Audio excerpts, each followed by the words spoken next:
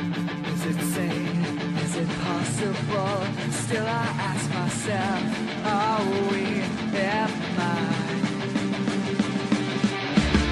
our game? It's not logical, but you contemplate, are we am I?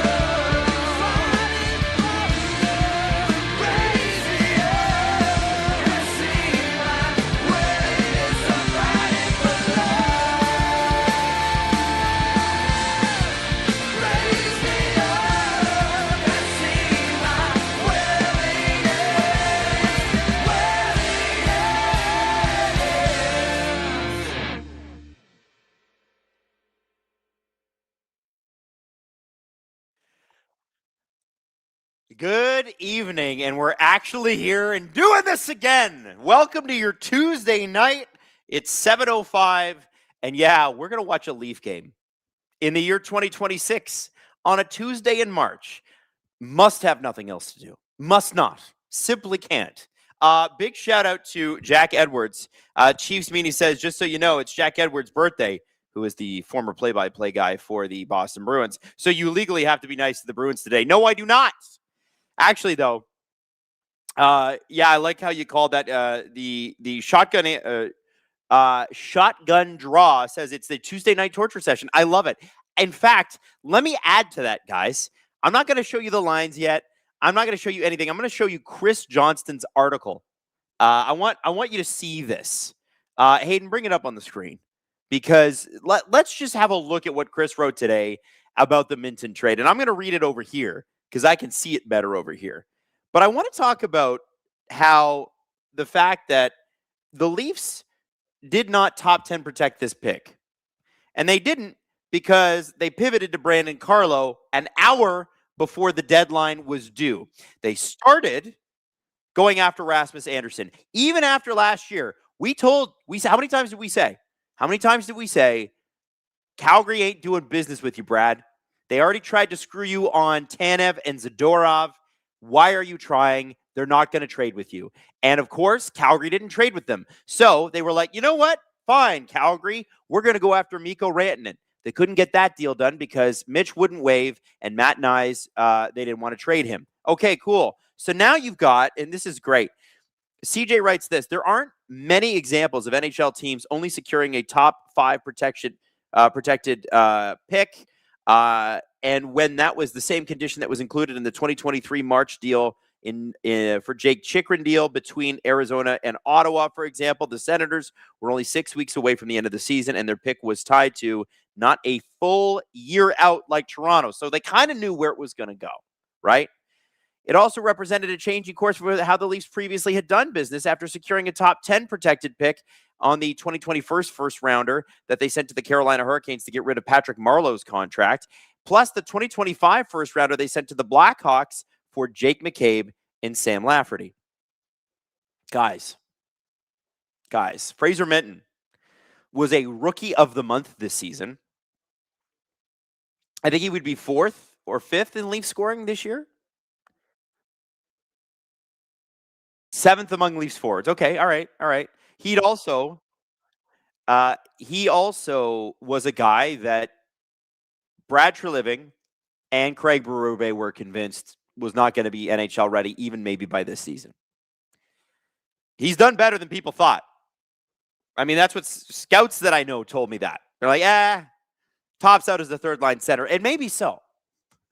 But has Brandon Carlo topped out as the guy that they thought that they were getting? No, he has not. Puck is dropped and we are off.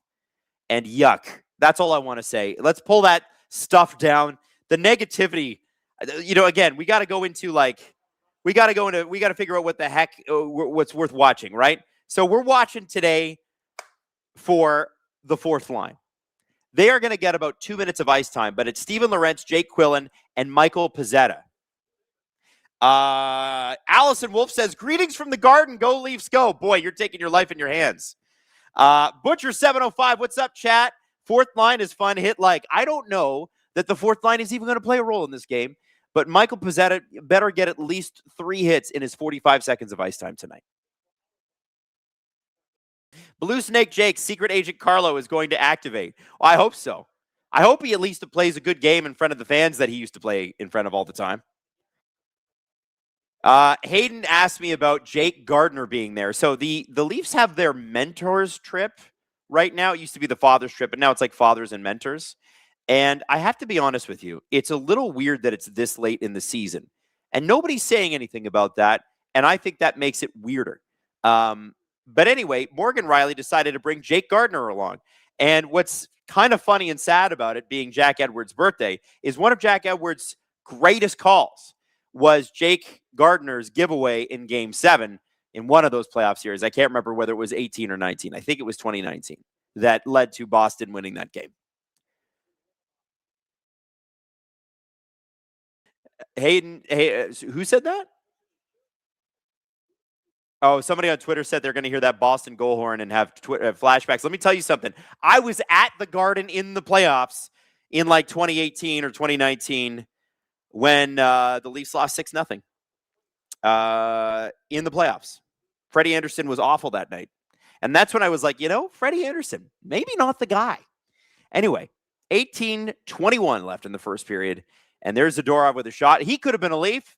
Him and Tanev could have been a Leaf. Could have been Leaves, both of them.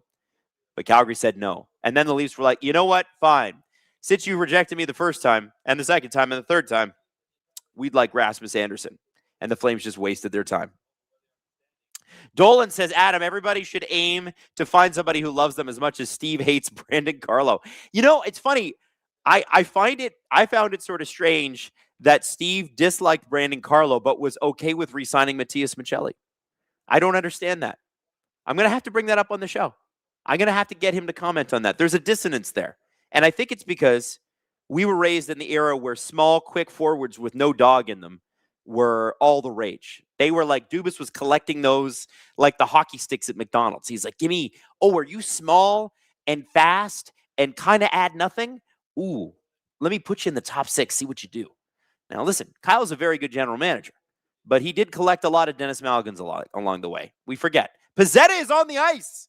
Here we go. First and only shift of the period. It's got to be. Because him and Jake Quillen on the same line, they're not going to play much. And there's Pizzetta instantly intercepting a pass. Look at that. It's Steven Loretz along the half wall. A little bit of a forecheck happening here. Oliver Ekman-Larsson and Jake McCabe back out there for the defense pairing. So that's got to be the defense pairing that Berube trusts most. Great pass up there by McCabe to Quillen. Received, dropped, and then given back. Benoit and Stetcher are a pairing. You know, if this was December, I'd be like, you know what? That's not a bad bottom six.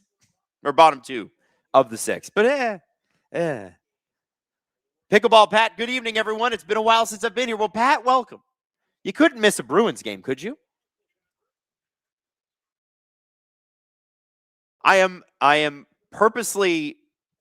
I'm wondering if the Leafs do something silly here and actually win this game. But then I realized on the way here, okay, Boston is the hottest team in the league at home. I think they're the NHL's best home team. So I don't think that's going to happen. What are the possible outcomes of this game that are good? For the Leafs, another ass-kicking probably. Berube apparently has been pushing them to kind of hold their heads high. Oh, nice pass from Nylander to Cowan there. Like that. Has been really pushing them to finish the season with their head held high, right? And I get that. That's an honorable thing. But nobody wants that. Nobody wants that. We all want you to go away quietly. We're all going to forget this happened. We're not going to hold it against you. We're just going to pretend this didn't happen. You guys go get a top 5 pick. We're going to be quiet about it. Okay? Quiet. By the way, the Bruins are the second best team at home this year, behind Colorado, I believe. So that's pretty good for them. And this is a key game for Boston. Like I don't know if you guys know this. The standings are kind of crazy. And they've been changing every day. But the Detroit Red Wings are still on the outside looking in. I think they're playing tonight too. I'm just checking it out. Detroit Red Wings. And yeah, they're playing the Senators right now. So Boston is Toronto, which is great for Boston.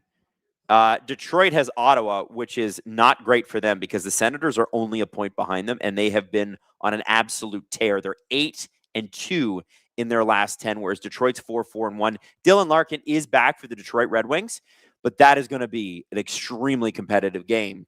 And the New York Islanders are obviously needing they're also playing tonight. They're playing the Chicago Blackhawks. So it's a big deal at the bottom of the wild card standings. Weirdly enough, the Philadelphia Flyers are still kind of in it too. How crazy is that? Now, Tyson Barnett, in your opinion, when and how do the Leafs stop being leafy? What would winning look like? Let's dream. I think what winning would look like is getting back to what made them successful for the past decade, which is building a top-down system. Oh, we got a nice little wraparound by Tavares. And that was just, Swayman got his leg out there. You got lucky. Woo! Look at that. The Leafs with a shot. Who knew? Who could have thunk it? I thought this was going to go down like it went down for New York last night where they had 14 shots all game in Mika Zibanejad's 1,000th game. Anyway, yeah, so what does it look like? You need to have a system with the Marlies where you are training guys to play with the Leafs where you can sort of plug them in. So let's say the Toronto Maple Leafs in a few years are a really good team. What makes them good? Well, they got a great core full of people that are dogs, right? They fight like Nathan McKinnon. And your third line center goes down with an injury that's going to be like a month long. Do you move your fourth line center up? Or are you able to pluck from your AHL team a guy who nobody's ever heard of who can come in, play the system in limited minutes, knows exactly where they're supposed to be and what they're supposed to do? Oh, there's a goal. Wow, what a goal. Holy moly. And Minton is on the ice. I think he might have got an assist on that. The Leafs just left the Bruins wide open, and I think on their second shot of the game, the Riley-Carlo pairing strikes again as Elias Lindholm absolutely smokes a shot top corner. Oh, my God. Look at this. So it starts from behind the net. Yoki Haru kind of backhands that puck up to Geeky. And Geeky just basically is uncovered. Morgan Riley gives Lindholm enough space. I'm not really sure.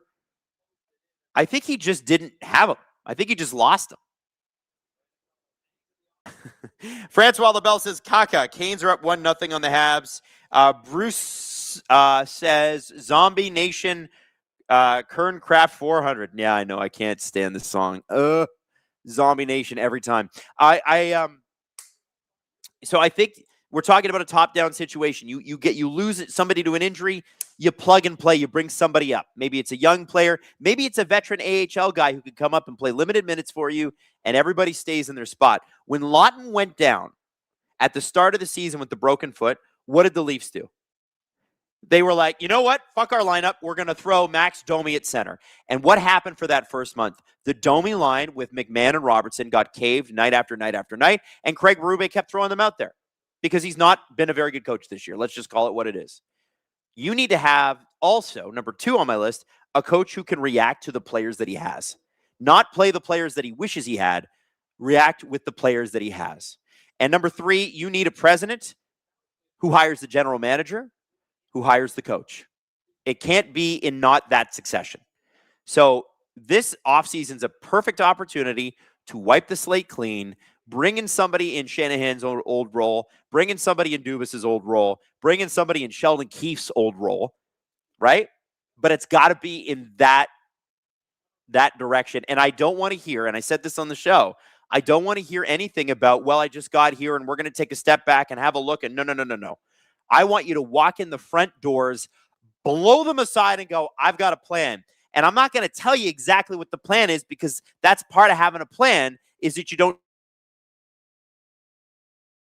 team, and that's why I got the job. That's what it needs to be.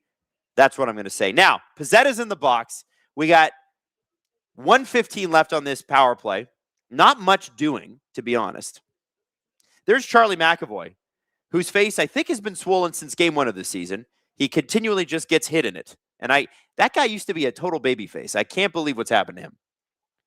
Also, I have to ask everybody, why is Chris Pronger the guy that everybody brings up? Because Chris Pronger is angling to be, Matt Nyes with a good shot there on the shorthanded, 50 seconds to go. Chris Pronger's name comes up every time I talk about this. What are Chris Pronger's qualifications, guys? I'm sorry. Like, this is not a first-timer's job. You better have some sort of, you don't have to be the general manager. You better at least have been the AGM. Yeah, Pronger's trying to get the job. Don't kid yourself. I've seen his posts on Twitter, and I'd love to have Chris on to talk about it. I'd be like, Chris, what do you think makes you smart enough to be the Leafs president right now? But it can't just be because you played in the league. It's got to be more than that. It does.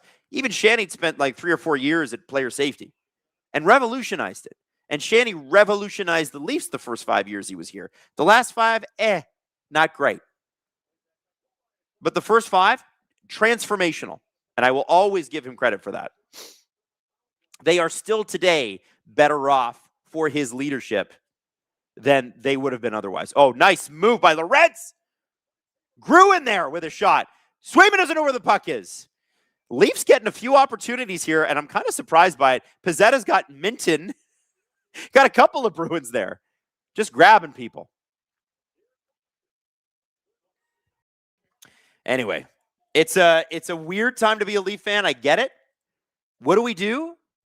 Systems, process. By the way, it is the Bally Bet Tuesday night Leafs Bruins schedule. I'm loving that we get Bally Bet tonight. Because all you got to do is join Bally with the code Go to the Net. Go to the Net! It's all one word. Download the Bally Bet app, register with the promo code, make your first deposit.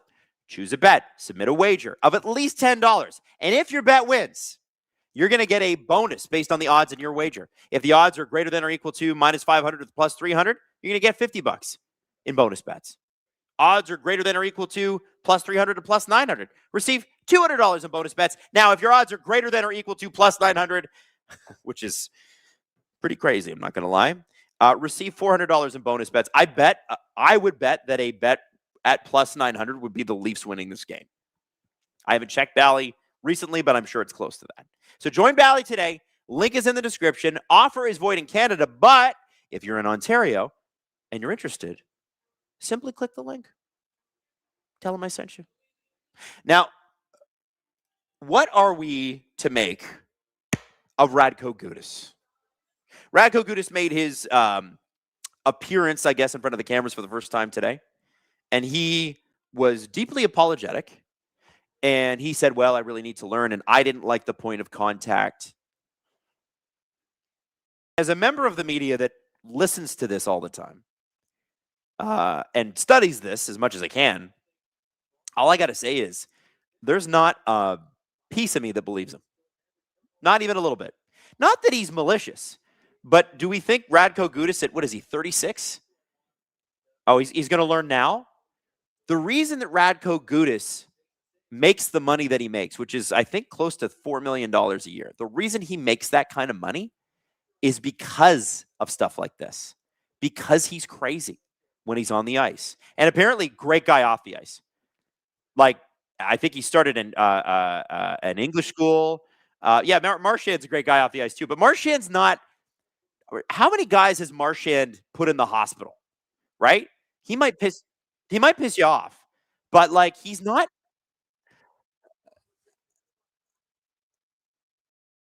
Yeah, Hayden's right. Yeah, Marchand did submarine guys. You're right. You're right.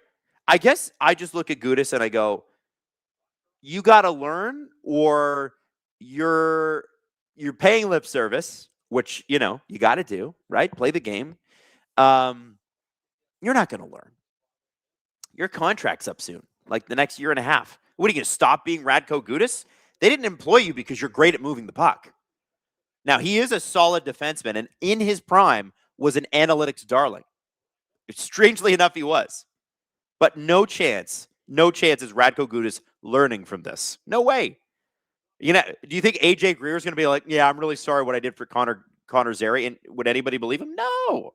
He might say it, but nobody believes that. Francois Lebel, if the Leafs fire the GM, they also need to fire the coach. You can't give the GM a new magic bullet firing the old coach before his seat is hot. Well, I'll tell you this. Berube's gone, guys. Berube's gone. This is the 11th last game of the season for the Leafs. It's Berube's 11th last as coach. He's gone. Don't even question it. It's gone. Tyson Barnett, do the Leafs promote within the organization or hire slightly unproven? Oh, here we go. Shot. Mason Lohrei almost had one. Lindholm. Geeky put it wide, but it was close. Tyson Barnett, do the Leafs promote from within the organization or hire slightly unproven from NCAA, Europe, CHL, tired of the old voices and tactics? So I would be open to them finding their next Sheldon Keefe, a guy that's never coached a game in the NHL, but you got to be sure when you make a call like that. Oh, here we go. Shot. And, when Dubas hired Sheldon Keefe, he was already the coach of the Marlies, and they'd worked together in the Sioux and won significant championships. Remember, Dubas and Keefe, I think they won the OHL championship. I don't know that they won the Memorial Cup. And then they won the Calder Cup, which is, the Calder Trophy, Calder Cup in the AHL, which is Calder Trophy is the Rookie of the Year in the NHL. Calder Cup is the AHL championship. I was there that day. Saw the game. It was amazing. It was a really, really fun game and a really fun night. Was there with Jesse and Steve. But I'll tell you, I don't think that you can have a president that isn't very well known and well respected within Leaf circles. And I think if Keith Pelly's a smart guy, I still believe that he is. I do think he's a little indecisive. At least that's what I'm sensing from his management so far. He's rebuilt the TFC squad, so we'll see if some of that can translate over to the Leafs. Ultimately, Keith Pelly has got to be smart as an executive and go, okay, I can't run all of these teams on the player side. My job as an executive is to make money for Rogers. That's my job. So how about I go back to the shadows and do what I'm good at, which is making money. And I will hire these people and oversee these people. And when they fail, they can take the hit for it. I still look like a genius. And when they succeed, I'll take the credit and I look like a genius. Welcome to Corporation 101. That's what he should do. That's what he should do. What's that, Hayden? Stop. Francois Labelle, Poo Poo Stall makes it 2-0. Shots are 10-1. Is this Carolina Montreal? Wow. Viper says Keith doesn't seem like a good exec, though, so I don't expect him to make good decisions. Well, I don't know how you view this, and I don't know how Rogers views this, but Keith Pelly was the guy that got Rogers to sign on to the original NHL deal. He's the reason Hockey Night in Canada and all the national rights went to Sportsnet in the first place. And so while they've never actually made money on that deal in like commercials, like advertising, Rogers liked it enough to sign up again. They've already renewed it. I think this is the last year of the deal, and then next year the new deal signs. And by the way, the price doubles, so your subscription to cable, oh, it's going to double too. Don't you worry. I'm just saying, if it were me, I know my limitations. I love hockey. I watch hockey. I get the formulas and that sort of thing. But am I somebody who's qualified to make player personnel decisions or to sign off on a general manager's player personnel decisions? No. So if I'm the executive, I go, well, how about I find somebody who is, and they can make me look really good, or if they stink, I'll fire them and I'll still be fine because I'll be doing my job, which is making money. Hayden said he's the Mark Shapiro of the Leafs. That's what it should be. Pickleball Pat. Corporate 101 sucks, but is valid, I guess. Totally. Francois Labelle, if the Habs can't win, we need the Leafs to win in regulation. Francois Labelle, you should know by now to never rely on the Leafs to do what you need when you need it. Come on now. Come on. We're Leaf fans. We know better than that.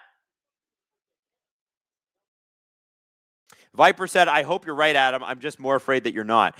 Hey, listen, I'm not saying that he's good. Oh, shot off the post. I'm saying he's had a bad year, and this is the way to get out of it.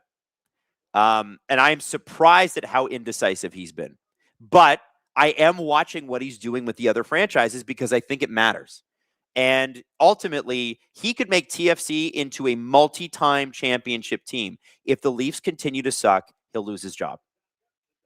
It doesn't matter. TFC is, of Maple Leaf Sports and Entertainment, of the 9 franchises they own, and soon to be 10 because the Blue Jays are going to join them.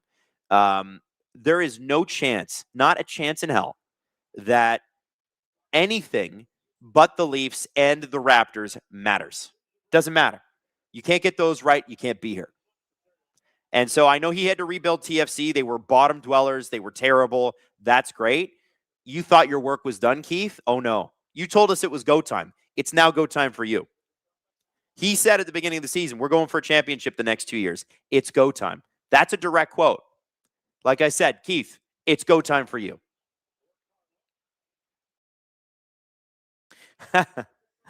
Here we go. Bo Grew. Oh, he gets crushed. But I like the move. I like the creativity. I love Bo Grew. He's just coming up and trying stuff. Shotgun Draw said TFC was a cakewalk to rebuild. Well, when you're at the bottom of the league, and you've been at the bottom of the league with the highest payroll in the league for 5 or 6 years, yeah, it's hard to do worse. Jerry says, go Leafs. Wings fan here. I know, it's a big day for the Wings. Big day for the Wings. Big day for the Bruins.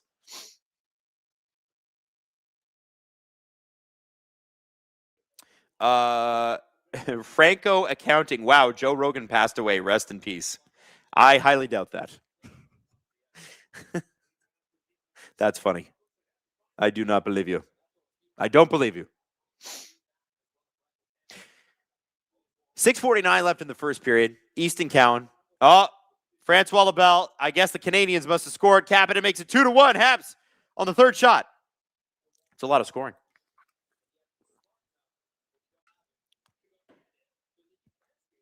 So this is big. This is a key game. Let's look at where Montreal is in this too.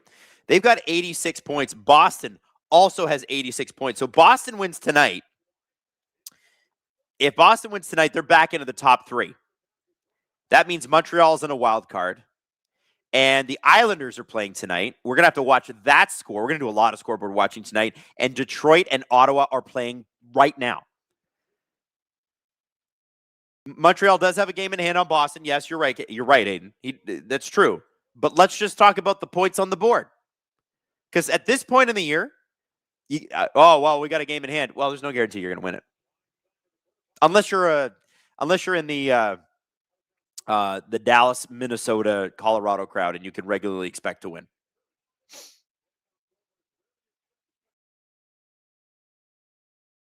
There's a lot of games tonight. Somebody said, "Isn't there like 15 games?" It's a big night.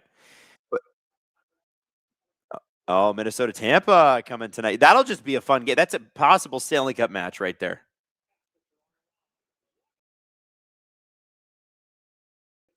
So I think what's interesting here, Boston wins, Montreal loses. Boston moves up, Montreal goes down. And let's say Detroit wins. Well, all of a sudden, Detroit and Montreal would be tied, but Montreal would have a game in hand, so Detroit would still be pushed down.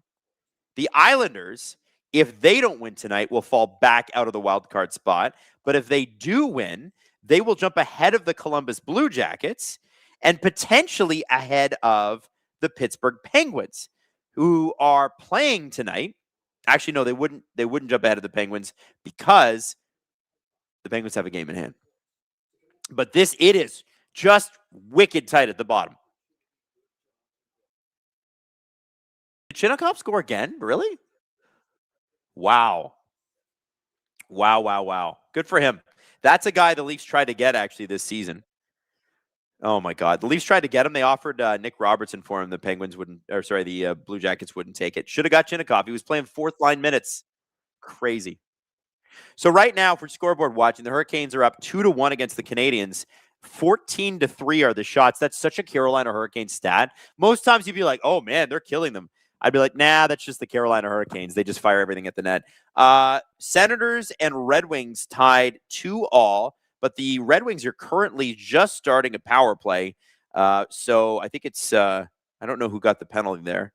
And then the Blackhawks and Islanders, also key to tonight's game, tied 1-1.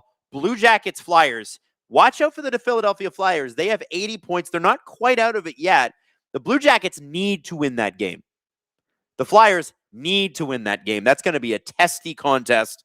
Avalanche and Pens tied 1-1. Wylde and Lightning get started here probably in the next 5 minutes. And then later on, and I think that's it for the Eastern matchups. Oilers, Utah Mammoth could be a very interesting game. That'll happen later. Ducks have got to win their game against the Canucks. I don't know. The Oilers Mammoth one is interesting because it's very likely if the Oilers play Vegas in the first round, I don't know about you, but I'm going to take the Oilers because Draisaitl's going to come back. Connor Ingram's been okay, and I don't think Vegas can score. As bad as Edmonton's defense is, I've seen playoff Evan Bouchard. Oh, Rasmus Anderson looks brutal. Yeah, he doesn't look good. Butcher says, call me crazy. I think Nyes could take Zadorov. You might be crazy. That would be a heavyweight tilt that neither player needs. That'd be crazy. Tyson Barnett, 65. I love the idea of the Leafs only drafting and developing local Toronto players for the next few years. You could build a pretty good team based on Ontario kids alone, but I think you always draft the best players available. Look at the Habs. They should have drafted Mitchkov. Who did they get? Reinbacher. Just get the best player.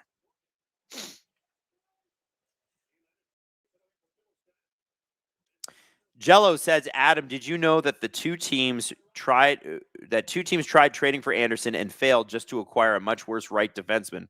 That would be the Leafs, one of them. And now Anderson isn't even doing well in Vegas, so everyone lost besides Calgary. Well, good for Calgary. They finally committed to a full tank, and this is exactly what Flames fans have been screaming for, and they're going to benefit huge from it. Oh, look at this. Oh, Easton Cowan just missed a beautiful lead pass, but he still got it. McAvoy trips him, and that is an absolute penalty all day of the week, and McAvoy's still going to complain about it. That was a really, really smart play by Easton Cowan, though. One thing I will say with Easton, and again, this time of the year, we're watching like performances on a singular basis. Easton Cowan, he's been bringing it.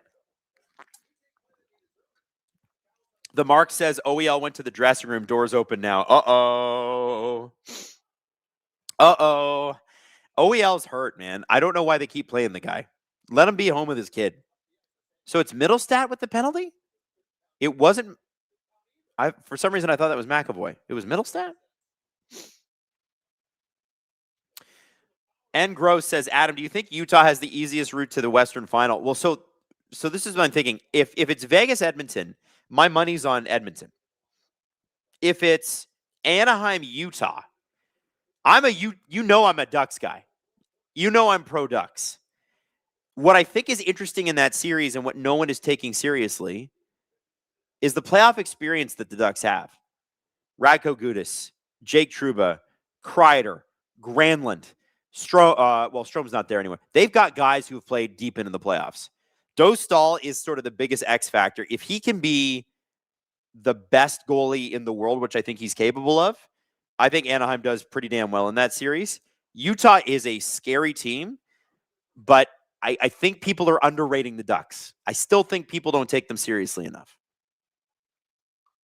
Detroit did score on the power play, so the Detroit Red Wings are up 1-0 over the Ottawa Senators. Again, a huge night for the Wings and the Ottawa Senators. Oh, yeah, Alex Killorn. Alex Killorn is on the Ducks, too. Oh, here we go. Nylander should have taken a shot there. He was wide open in the slot. I don't know why he didn't do that, but, Nylander.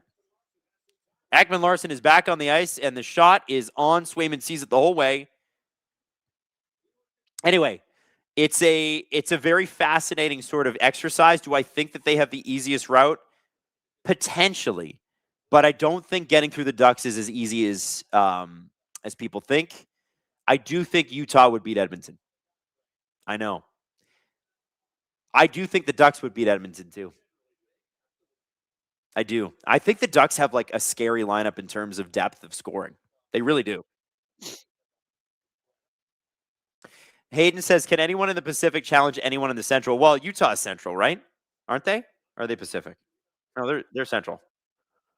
Yeah, I think that obviously, you've got I think that the three teams in the Pacific could challenge Utah, but I think the team that's most likely to beat them are their first round opponents, the Ducks.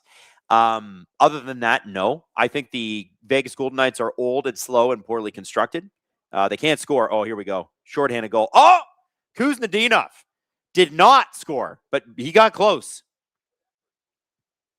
I think that it's going to be a bloodbath in the Central and an absolute, to quote the best player in the world, a pillow fight in the Pacific. Jay Halleck, if you're the new Preds GM, does this playoff push impact your decision on whether or not to move forward from the vets and rebuild? I would hope not. But, hockey people are weird. I mean, a couple of years ago when they went on that crazy winning streak and made it to the first round against Vancouver, they were playing a smothering defensive style. It was hard to score against them. And it seemed like the only thing to do that offseason was go find yourself some scoring. And we thought they did. They brought in Brady Shea, Stamkos, and Marchessault. None of them were centers. They needed centers. And then they traded all of their centers. Novak and the other guy, he was traded to Pittsburgh. Anyway, long story short, the Predators were weird and they were weirdly constructed and old, kind of like how Vegas is. A lot of wing heavy, not a lot of center depth. Not a recipe for success in the playoffs. Francois Lebel, my personal conspiracy, I think Mitchkov only wanted to play for the Flyers, and I'm told other teams that he would stay in the KHL. Yeah, but you can't believe that shit. If you're the Montreal Canadiens, okay, fine. Then you pick Mitchkov, you let him develop in the KHL, and then you trade him to the Flyers. That's what you do. Get your money.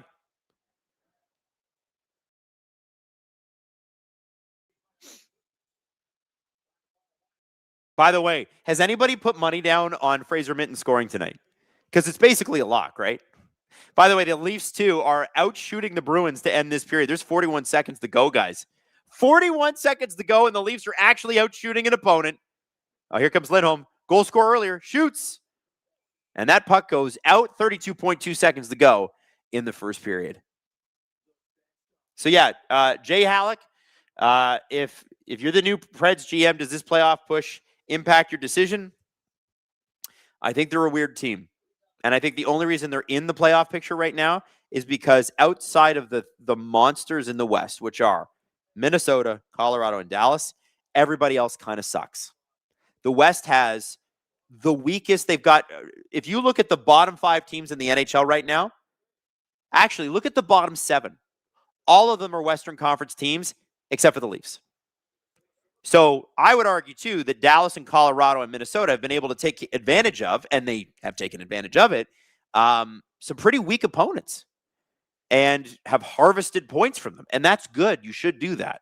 But, yeah, I think that the only reason Nashville's not in and going to be a Stanley Cup contender. They're in and they're playoff fodder when they run into one of those 3 teams. So, no, I think you want to build a Stanley Cup winner. You don't want to build the next Leafs where you go to the first round and get your ass kicked.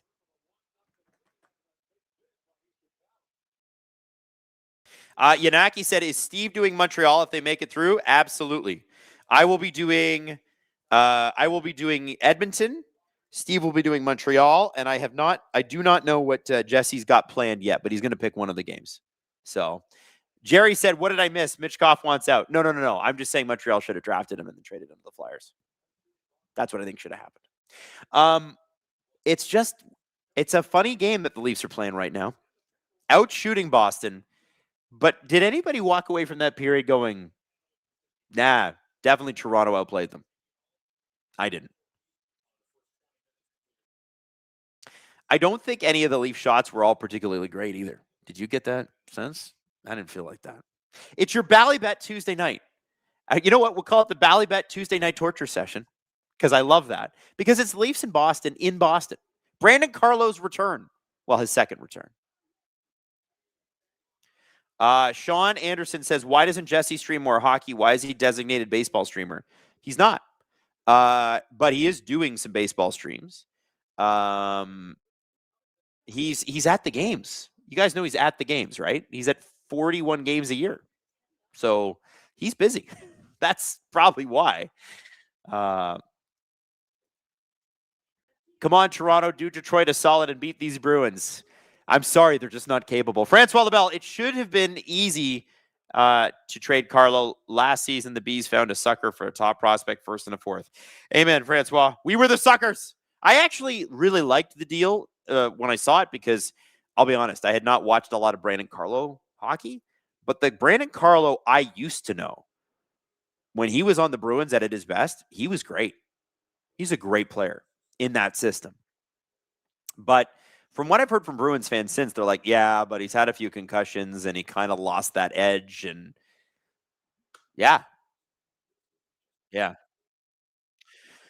So before we go to the clip, let's go through the scores so far. Maple Leafs, Bruins up 1-0. Hurricanes up 2-1 still on the Montreal Canadiens with about 30 seconds to go. 1:35 left in the Senators Red Wings game, a key game, probably the biggest game of the season for these two teams. And the Senators are up 1-0 on the Red Wings. Red Wings unable to convert on the power play in the first period. Yes, I think they did call the DeBrincat goal back. Kraken and Panthers are 0-0 right now. The Kraken doing a lot better since Mr. Bobby McMobby has joined them. Bobby McMahon. The Islanders down 3-1 now to the Blackhawks. That is a devastating first period for the Islanders, who factor into the Bruins and the Senators and the Detroit Red Wings tonight, because one of these teams after tonight is going to be on the outside looking in. And if the Islanders are going to lose to the Blackhawks, are you kidding me? It might be them. Blue Jackets down 1-0 to the Philadelphia Flyers. Now that game's only just got underway. They're about 6 minutes in. Flyers are still in the playoff hunt, so they do need to win this game. The Blue Jackets are most definitely in the playoff hunt, and in fact, I believe are holding a playoff spot. Yes, they are. But if the Blue Jackets lose tonight and the Bruins win, and the Detroit Red Wings win, both teams might be out. That's rough. That's really, really rough. So it's just an absolute dead heat right now at the bottom of those standings. And lastly, the Colorado Avalanche are whooping the Pittsburgh Penguins, which is also bad for them. Just 4-1 with 2:26 left in the first period. Looks like Kadri's got a couple of assists. Marty Nietzsche's has got his 33rd goal. Sam Malinsky with his 4th of the season. Minnesota Wild, Hayden's favorite team, up 1-0 over the Tampa Bay Lightning. Not a lot at stake in that game except for pride. Oh, McCarron and Perry fought, and they both got 5-minute majors. Good for them. Good for them. JaneAir.com, Toronto, ETA on Cup and strategy in a nutshell. 5 years. 5 years to get it back. You heard it here first. 5 years to be a true cup contender. That's what I think. I don't think they can do it next year. Bees fan here. Cowan got bodied out front twice for no reason, and nobody did anything. The Leafs need to just throw hands and make this more fun. Yeah, Pizzette is there, but they're never going to play him. This Leafs team does not have that. They're going to need a full transplant of brains to change this this club. It's crazy. Anyway, let's go to clip here. Hayden, what do we got here? Pizzette played 3 minutes and 2 seconds of ice time in the first period. That's actually more than I thought. We're going to throw you some highlight clips from Mr. Steve Dangle. Oh, wow, and cue it up. The best in junior hockey. By the way, pay attention to these clips because some of these kids are getting drafted. And if you watch the clips, you're going to be smarter than everybody that you talk to when you talk about hockey in the draft, okay? All right, check it out. See you at the beginning of the second period.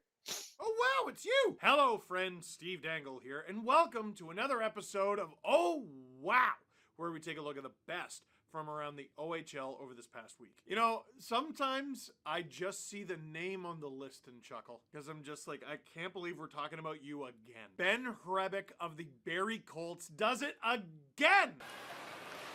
Mishiak, nice pass to Pobazol. One timer, they score. Jack Dever. No, I think no, he stopped it. No. What a save by Ben Hrebeck. That's the save of the night. Holy Moses. Wow. Well, Jack thought he had one. So did I. That is one of my favorite calls of the entire season. That, of course you called it a goal. Why wouldn't you? That's a goal. 999 times out of 1,000. Ben Hrebeck continues to be ridiculous, following up one good season with another. Even good feels insulting. Last season, he was 21-9-2 with a .920 save percentage. This season, he's 26-11-5 with a .920 save percentage. The Milton, Ontario native has been an oh wow mainstay for just robbing teams left and right. Ben Hrebeck of the Barrie Colts. Oh wow. Now, for this next one, I need a quick poll in the chat. Nathan Aspinall just set a record for assists by a Flint Firebird. Is that good? Want to see him doing it? Here it is. So Lombardi sends it underneath for Aspinall. 50 seconds gone in the period. In front the shot, they score. Nathan Aspinall to Lombardi, and he says, get that puck. That's a Flint record. They make it 3-0. Nathan Aspinall has the most assists in a single season. That's 58. Like, it's not even the fanciest, but just shifty. It's beautiful. At the end of the day, if you find your teammates' tape, that's the goal. Well, them scoring the goal is the goal, but the goal for you, you understand. By the way, the OHL calling him Nathan Aspinall, amazing. That is Nathan Aspinall's 58th assist of the season, passing Amadeus Lombardi for the record. The New York Rangers prospect has 92 points total in 64 games this season. Oh, and he's 6'7", 207 pounds.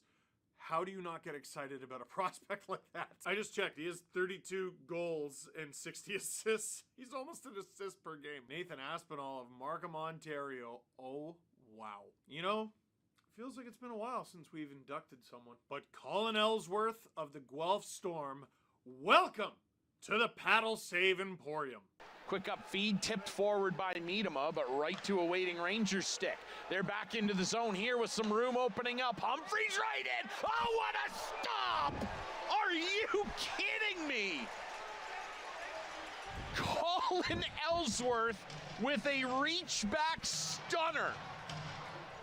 That was absolute larceny. Who doesn't love a call from Ryan Drury of the Guelph Storm? Oh, what a stop! Oh, what a stop! By the way, calling that a reach back stunner, technically, if you're a wrestling fan, all stunners are reach backs. You kick your opponent in the stomach, you turn around, and then he's behind you, so you reach back and stun him. That's just me being a stickler. Colin Ellsworth with robbery on this play. Robbery. Now, Ellsworth's numbers are not necessarily something you're going to lose your mind for. He's 3-13-1 with an .863 save percentage. But he's 17 years old on a team that has, let's be honest, struggled this season. They're 28-34. They're in there, but it hasn't always been the rosiest season. But this is his second season of 20 games or more in the OHL at 17 years old as a goaltender. That's rare. The numbers might not be there now, but keep him in mind. Colin Ellsworth. Oh, wow. For our next highlight, we have Owen Griffin of the Oshawa Generals, extending his point streak to 11 games. Wilmot was stripped. Rogowski and Griffin are back in. Rogowski for Griffin in front, all alone, scores!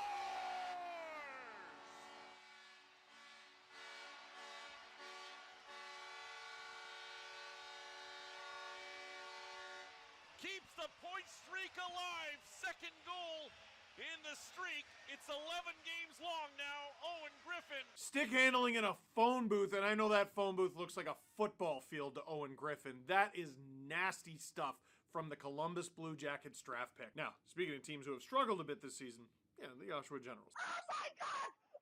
That's what happens when you go to back-to-back finals. Owen Griffin has set personal bests in everything. 65 games played, that's his most. 25 goals, that's his most. 42 assists, that's his most. 67 points, that's his most. A great season and a great goal from Owen Griffin. Oh, wow. How about we end with a slick little passing play? Here's Dylan Edwards and the Kitchener Rangers. Cunningham going to settle it back for Lombardi. That puck gets away from Lombardi, and the Rangers are off here with O'Reilly. O'Reilly out on the wing, trying to get it here for Edwards. Edwards scores! Dang! What a deep bite, Dylan Edwards, and give Dylan Edwards 39 goals on the season, and Kitchener restores the 2-goal lead. They're up 4-2. Superman effort for number 16 as he gets a great feed from O'Reilly. That is tic-tac. Oh, wow. Toronto-born Dylan Edwards is having a season. 16 goals and 39 points in 32 games. That would be impressive on its own, but then he got traded. Yeah, he went from the Erie Otters to the Kitchener Rangers, where he's been every bit as good. No, just kidding. He's been better. In 35 games, 24 goals, 24 assists, 48 points, 87 points total in 67 games total. Dylan Edwards has been a huge boost to an already stacked Kitchener Rangers lineup. What a finish to that goal. Dylan Edwards. Oh, wow. Bienvenue, mes amis. Steve Danglisi. And this is Cue It Up, where we take a look at the best from around the QMJHL over the past week. Our first highlight comes from a talented 17-year-old from the Baie-Comeau Drakkar. Here's Philip Vilk. Cue it up. Ça avance très rapidement. Tente une passe, mais ça a raté sur le patin du joueur adverse. Et voilà un joueur qui part en échappée et voilà le but. Wylde qui a coupé un jeu au centre, en fait, c'est une rondelle qui s'est retrouvée libre au centre et avec 7:41 à faire à la troisième période. That's good stuff! Taking advantage of the loose puck, rushing it down to the other end, and you gotta bury that. You gotta bury that. There's almost extra pressure when you have that much time. If you're the goalie, what's your role in that moment? To be the hero. If you're the shooter in that moment, what's your role? Don't screw it up. That's beautiful stuff from the 17-year-old. 54 games played this season, 7 goals, 7 assists for 14 points, but that was one of the goals. He's in his draft year, doesn't turn 18 until July 1st. What will this spring hold for him? Or I guess the draft is technically... No, it's in the summer. It's technically in the summer. Barely in the summer, but it's technically in the summer. What a play by Philip Vilk. So we started with a new name. This is a name that we've heard before. Anaheim Ducks prospect Maxime Massé of the Chicoutimi Saguenayens scores his 50th of the season to become just the second player in the queue to hit 50 goals this season. Cue it up. Massé change d'option, un double échec devant le filet sur Vermette. Tourigny, quelques feintes. Son tir qui glisse, la rondelle revient de près du filet. Sortie territoire tentée pour Thibault, c'est raté. Massé lui vole la rondelle. Massé derrière le filet. Massé veut revenir. Tantôt, tir à but! Le 50e de Maxime Massé! Et les gens sur place sont contents, Jonathan. Les membres du premier trio également. On l'a travaillé, ce but. Old school backhand wraparounder from Maxime Massé, the third-round pick of the Anaheim Ducks. Maxime Massé came into the season with a career high of 36 goals in one QMJHL season and 75 points. Right now, in 62 games, 50 goals, 50 assists, 100 points for a 6'3", 200-pound kid who was picked 66th overall in 2024. Yeah, I'm thinking the Ducks are feeling pretty good about that one. Maxime Massé, I'm sure it won't be the last time that we queue it up. For our next highlight, oh, here's a name you're going to want to remember for sure. Draft-eligible Maddox Dagenet of the Quebec Ramparts hits his 30th of the season, and it's a blast. Cue it up. Quinn, le long de la ligne des buts à Dorion, tout près du gardien Labbé, revient à Quinn. De Quinn à Meyer, il a rapidement devant lui Rousseau sur sa droite à Dagenet, tire frappé de but! Pour une 30e fois cette saison, Maddox Dagenet s'inscrit à la marque. C'est en la marque. Quel tir frappé de Maddox Dagenet sur réception en avantage numérique. La meilleure façon de faire payer un club. Leaned into that puck like he was trying to create a black hole. Maddox Dagenet is en route to something special here. He had 12 goals and 26 points in 43 games last year. This season in 62 games, 30 goals, 32 assists. That's 62 points in 62 games for a draft-eligible player. Good enough for second on the Quebec Ramparts in scoring. Not bad at all for the 6'3", 195-pound forward. Listen, the draft, it's creeping up. It's almost draft lottery time, right? Well, at least they announce when it's going to be, right? Maddox Dagenet. Gonna want to write that one down. Maintenant. For our next highlight, hope you got your dancing shoes on. Here's Owen Keefe of the Drummondville Voltigeurs. Cue it up. Les Voltigeurs là, qui ont plein contrôle de la rondelle en territoire offensif. Ligne bleue, c'est Keefe. Très belle fin du défenseur. Ça mène dans l'enclave et le but! Owen Keefe! Et Owen Keefe qui obtient son 3e point de la soirée après 2 mentions d'assistance. Eh bien, c'est un but fort important pour les Voltigeurs qui déplacent en avant 4-2. Et pour Owen Keefe, c'est un 7e but cette saison.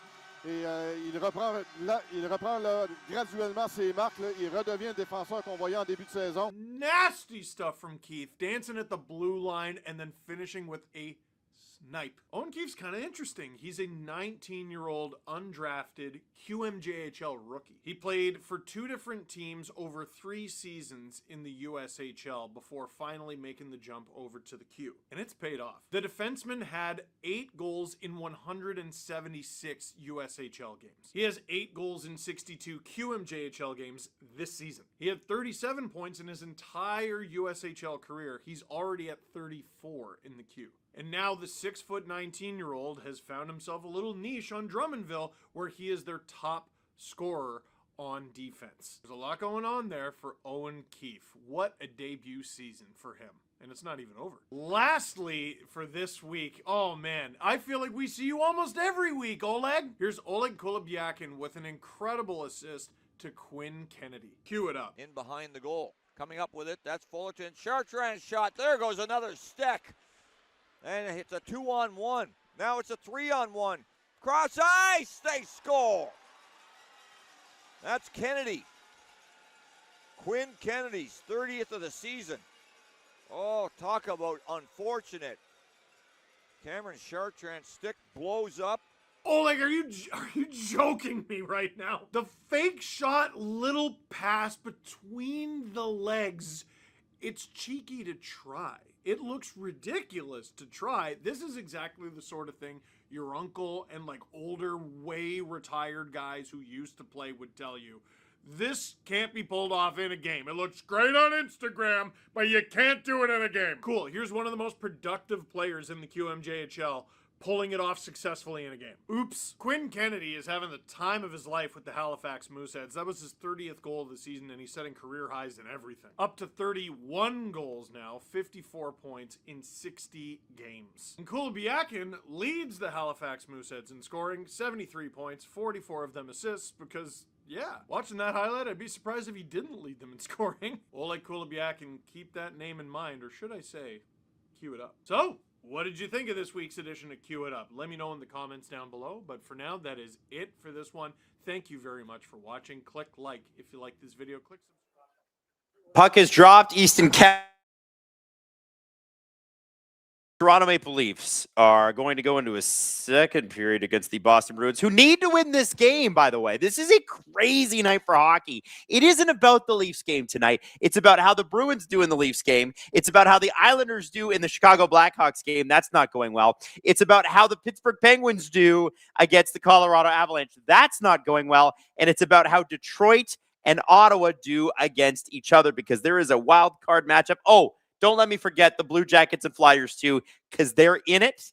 And the Flyers are actually, yes, still in it. Senators are up 1-0 right now against the Detroit Red Wings. Montreal just kicked off a power play against the Hurricanes, but they are still down 2-1, and it is 1-0 here on an Elias Lindholm goal.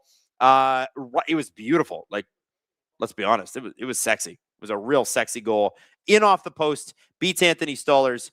Blocker side in the first period. The Leafs have had some very interesting opportunities. They did outshoot the Bruins in the first, although to say that they outplayed them, there's a good opportunity right there. The Nylander line is cooking a little bit, and I have to give a little bit of love to our guy Easton Cowan. He's showing some fight.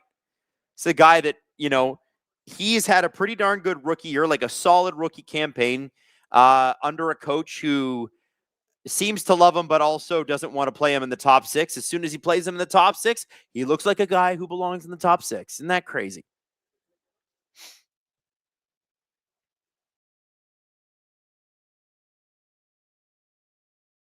It's Nyes, Robertson, and Domi, by the way, on the second line. That's how thin it is for the Leafs. And earlier this season, here we go, Nyes interception. He's got Robertson with him, tried to make the pass, but that was intercepted. Yoki Haru gets it up. Now the Bruins are on the attack. It's Fraser Minten. Minten to Zadorov, shot, saved by Stolarz, but there is a rebound. And they couldn't get there. Leafs clearing attempt is completely messed up by their defense. Bogrew's got to bring it back down for Troy Stetcher, who's going to move this puck before he gets run over. And unfortunately, the puck bounced off the Bruins player. I believe it's Mark Kastelik. Oh, it was Geeky. Okay, sorry. I'm getting my numbers mixed up. But it's Lindholm, Geeky, and Minten. What a save by Anthony Stolarz. That should have been the goal. Minten's going to score tonight, and Anthony Stolarz just Stolarz one right off his stick. Wow. Good start here. Listen, if the Leafs aren't playing for anything, at least make it entertaining, and it looks like they're trying. Bogrew, Matthias Michelli, and Dakota Joshua out for the Leafs right now.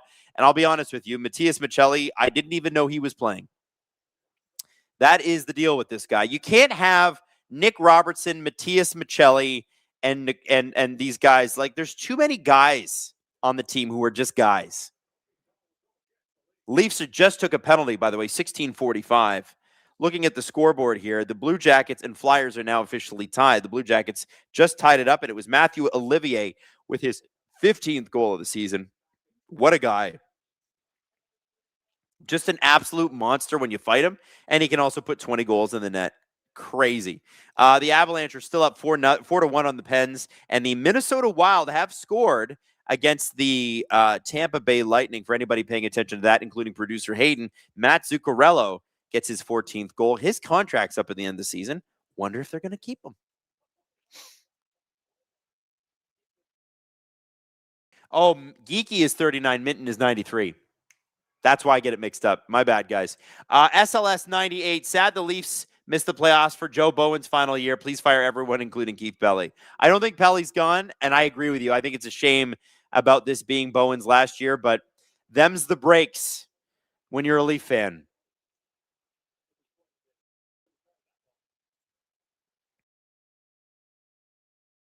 All right, there's Geeky, not Minten, 39. Sorry about that. Minten wore 39 in Toronto. Oh, Pastrnak was wide open, but the Leafs were able to intercept that pass. In comes Lorentz, tried to get it to Bogrew. Bogrew passed it back instead of shooting. He should have shot that puck. And the Bruins are going to ice this puck. I have to be honest, the Bruins don't look great tonight. The Leafs are at least skating, but I don't really give it to the Leafs. I'm giving it to the Bruins. This does not look like the strongest team. And I suppose that's what happens when you're a wild card team is you don't always look that great, but they haven't looked great tonight.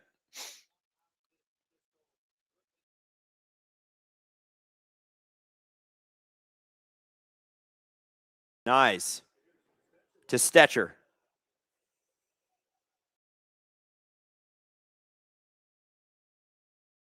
So the Leafs are down a man right now, and they had good puck possession there. Forced the Bruins to ice it and then won the offensive zone faceoff. But in come the Bruins. It's Pastrnak. Shot over to Geekie. Oh, he almost buried that one. Stoller saw it coming. If that shot had been just a little bit harder, I think it's in the back of the net. Pastrnak with a shot. Sneaky one, but it is saved by the blocker of Anthony Stoller's pass. Is going to get another shot to Geekie. Shot off. Wow. So he faked the shot, Pastrnak did, passed it to Geekie, and Anthony Stoller's read it perfectly, went right off the Leaf crest on his chest. Boy, I have to give, I know Bruins fans are kind of giving it to the Bruins in the chat right now about how bad their power play's been since the Olympic break, but I got to be honest with you, they look engaged. They're making things happen. Stoller's has just been wise to their game so far. Minton to Arvidsson. David Owens, Bruins playing down to their competition? Leafy. Yeah. Or maybe the Leafs just decided to skate for once. I don't know. Hard to know with these guys.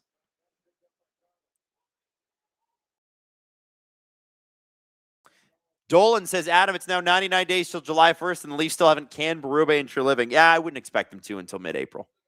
I think the last game of the season, which I am streaming, weirdly enough, with Maddie and Robert, is a Wednesday night. It's Leafs and Sens on the 15th of April. I would imagine by April 17th, April 18th, you're going to have an announcement. That's what I think. I have no insight on that. Like, it's not like I'm talking to people and they know. CJ was saying on TSN radio today that he thought that they were going to take the next 10 games and, like, figure it out. And I'm like, you need the last 10 games to figure it out. Brandon Carlo's going to the box here. He doesn't like it. It looked like a hockey play. It didn't look like a... This did not look like a penalty play. Let me see what happens here. Wow, Brandon. Yeah, they're just showing that Brandon Carlo passing the puck to nobody. And then he's pushing against Jeannot.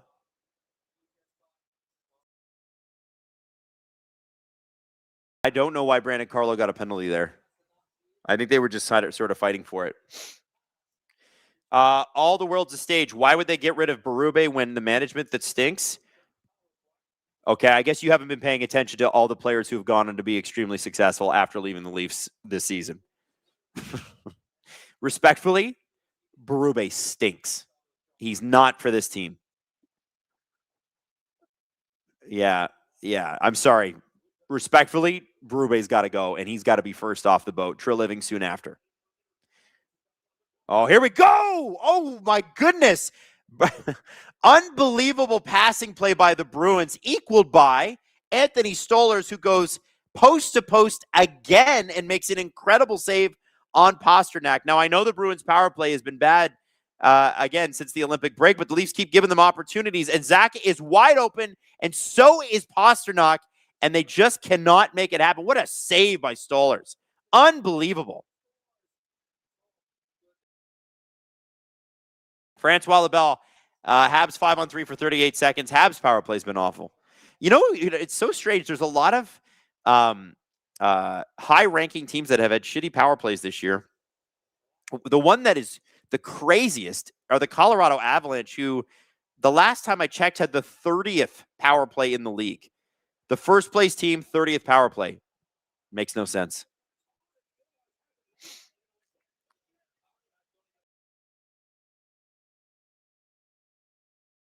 All the world's a stage says Berube doesn't stink. It's the way they structured the team. Okay, then why does Bobby McMahon have like 10 points since he left? And Scott Laughton scored immediately. And Nick Waugh scored immediately. Respectfully, we're going to agree to disagree. Yeah. By the way, all those teams struggle to score. The Kraken can't score. The Avs are having some trouble scoring recently. And who's the other one? LA definitely can't score. I'm telling you, you don't want to keep Berube. Sports Talk Chud, do I miss Dubas yet? I think he would have made better decisions. I don't think that's a question. Do I miss him? No. We weren't personal friends. I didn't think it was time for a change. Like, I was as shocked as everybody when Shanahan made that trade or that change. But I also think Kyle Dubas sort of shot himself in the foot when he went on stage in front of everybody and said, I don't know if I'm going to be the GM. Like, people forget that press conference. You don't do that. You have that conversation behind the scenes. You don't do that you don't just riff in front of the press like that. It's not professional. It's not. What I miss, do I miss Dubas or do I miss good decision making? Kyle Dubas isn't the only one in the world that can make good decisions. I miss the decision making. I miss intelligent, crafted decision making. SLS 98, if they trade Stollers, it's probably going to be nothing but a cap dump rather than trading Woll or Hilderby. Listen, what if they just have 3 goalies next year? Why would you trade Stollers? I don't understand. You signed him. Hayden's like, well, I don't think Hilderby can pass through waivers next year. Then you keep him on the roster and you send someone else down. Oh, here we go. Nice. Breaking through on a breakaway, scores. Okay, listen, this has been a lost season for the Leafs, but that's the best damn goal this year. Matthew Knies using his powerful frame to just rip the puck off Mason Lohrei. And the Bruins do not look good. That is a short-handed goal. Lohrei misplays the puck and then absolutely gets bodied by Knies, who roofs it over Swayman. Ho, ho, ho, ho. Now imagine he doesn't have a knee injury and he's able to do that all year. Damn, dude. That's pretty special. What a goal. What a goal. Meme Emperor says, I mean, to be fair, how many power plays do you get in the playoffs anyway? It's good to get your power play going, but it's true, but usually the teams that go the furthest take advantage of the power plays. The teams with the best special teams always win. They do.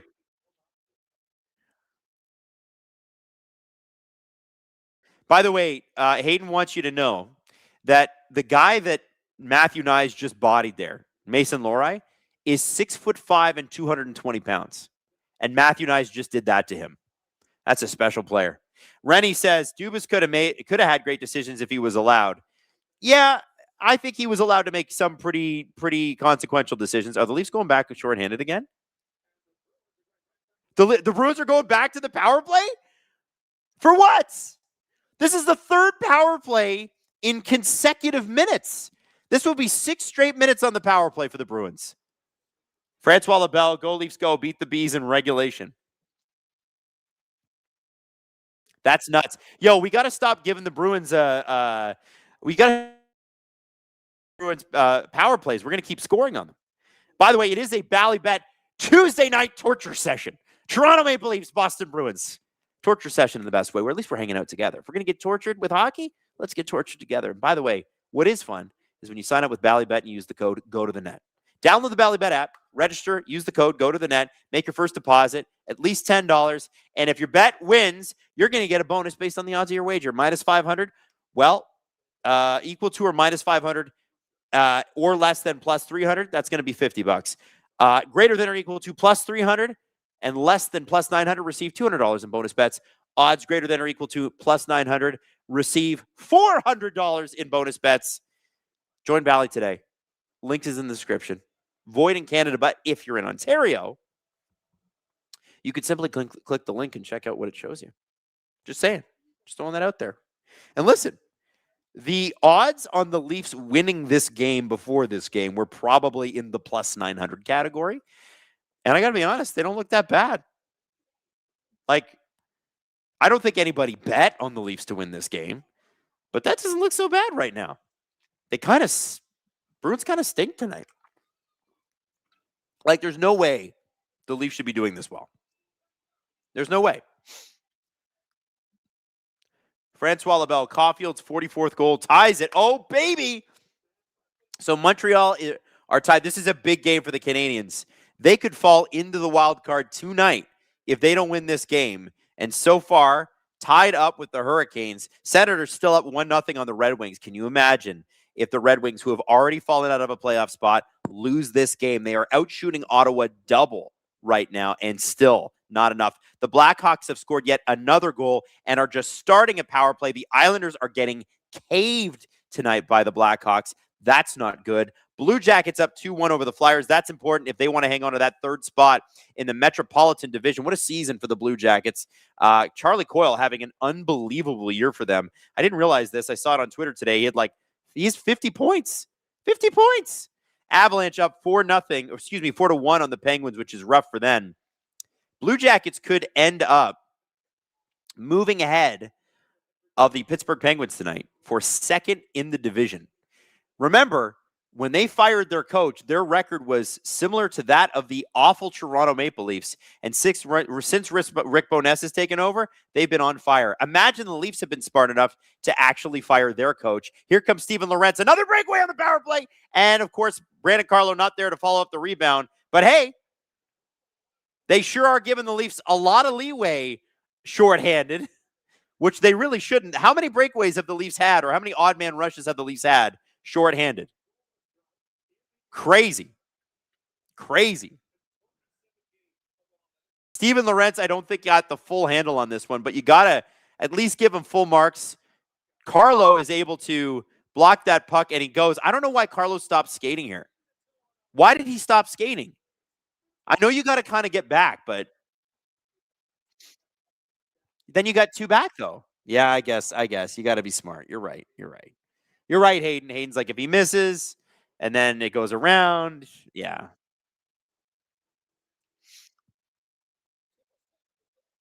Hayden said Carlo has the longest goal-scoring drought in the NHL, 127 games. He's going to go his entire time with the Maple Leafs and never score. Big shot. Middle stat with it along the boards. Bruins have had some great opportunities on this PP. But Anthony Stolarz has been very, very good tonight. Lindholm with a shot. And that is deflected high.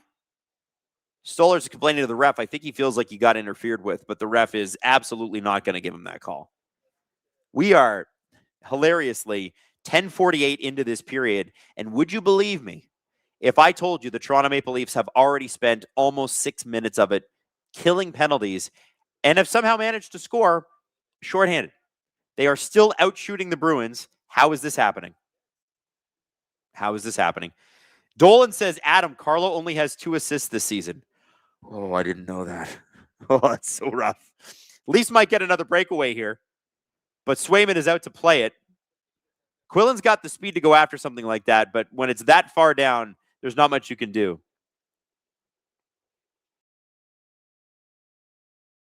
Arvidsson brings the puck in. What a renaissance season he's had. Completely turned it around. Rough year in Edmonton last year. He's come to the Bruins, played a great role. Murat Kuznetsov's another guy that was like, he's just a guy, and then he came to Boston. He's done really, really well. Marco Sturm getting some really interesting seasons out of some players that nobody really paid attention to. That's good pro scouting. Got to give him credit. And Jake McCabe is out of the box and away, trying to steal the puck from Jeremy Swayman, and he actually gets it. So it's Tavares now down deep, 1-on-3, gets the shot. He's able to, oh, here we go, McCabe in front of the net. Tried to get his stick on that rebound. He's trying to change, but they can't change. Morgan Rielly going deep. He gets swallowed up by the Bruins defense. And I think Rielly, by pinching there, might have drawn a penalty, or is that a glove pass? Scotty said, man, I put money on Minton scoring. Listen, usually that's good money. We'll see what happens tonight, but usually that's good money. JMB said, just got here. Are the Buds caring, or are they meh today? I think the Buds care today. I think you're seeing a good game out of the Leafs.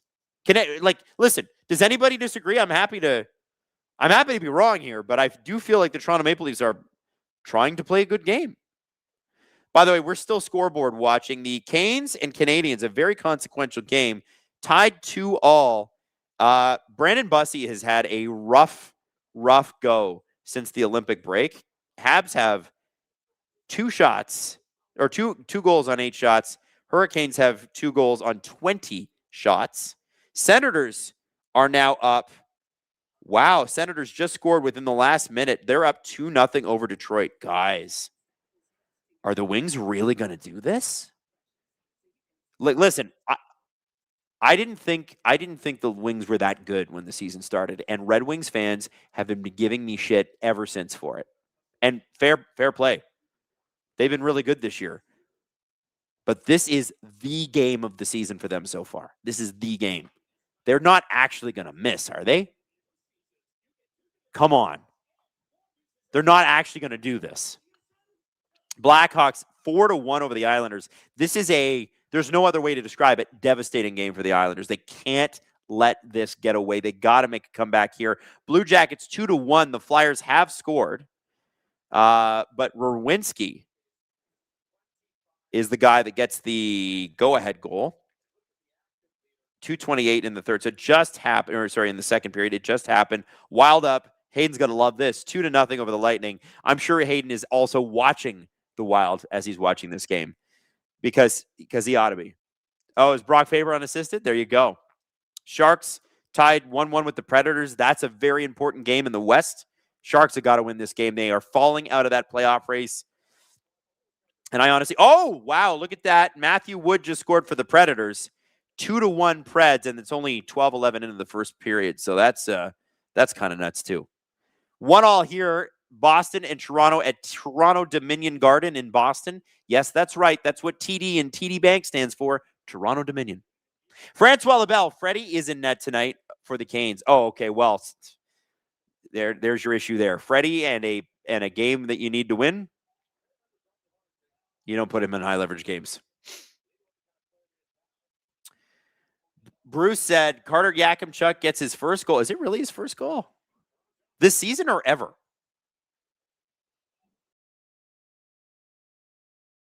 And the Canadians are now up 3-2 against the Hurricanes, by the way. Holy moly. Juraj Slafkovsky gets his 28th of the season. There's Francois Labelle. Slav makes it 3-2.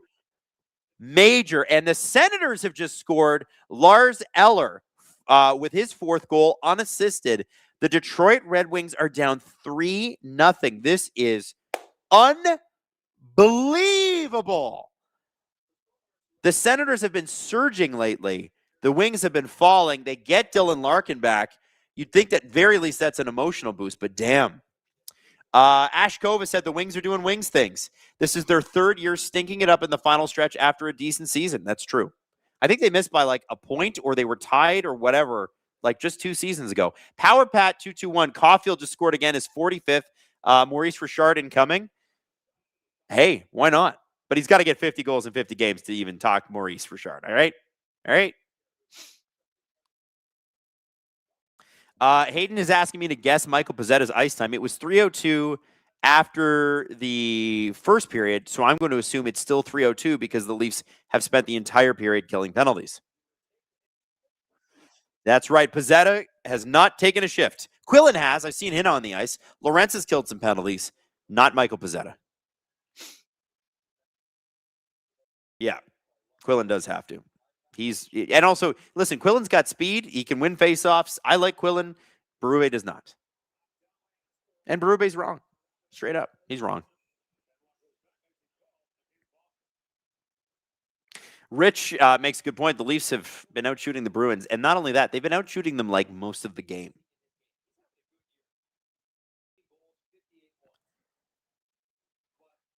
Fatsy's asking, has Bo Grube been playing? You betcha. He's actually been pretty good, too. Leafs spent a lot of time killing penalties, but Bo Grube's been out there. Sloopin said Wings had the assets to go get Thomas and Parayko. They did, but it would have been an expensive price. Hayden is asking what happened to Cedric Paret. I don't know. What happened to Francois Labelle? So are the Wings the Red Sabres? Potentially. I don't know, man. It's crazy to see. I can't, like, I would have never called this. I thought they were finishing top 3 in the division with Montreal and Tampa. Like, especially, think about this right before the Olympic break. Imagine you had told you that this was happening. There's no way.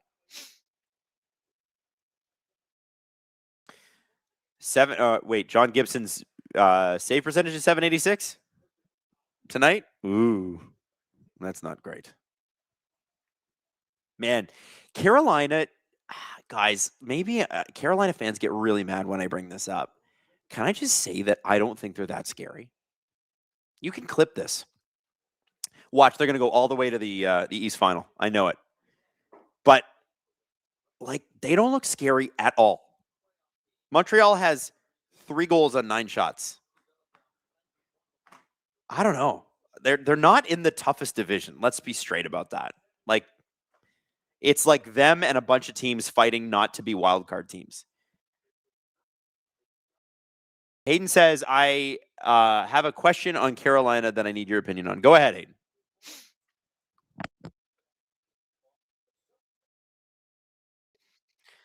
Hayden said, whoever you believe their best player is, where do they rank in the grand scheme of players in the NHL? I think their best player is Jake Slavin. He's my favorite. I just think he's so underrated and a god in terms of like defensive defenseman. Oh, here we go. Nice interception by Dakota Joshua, who loses the handle. I think Jake Slavin's their best player. A lot of people would disagree with that, but I love him.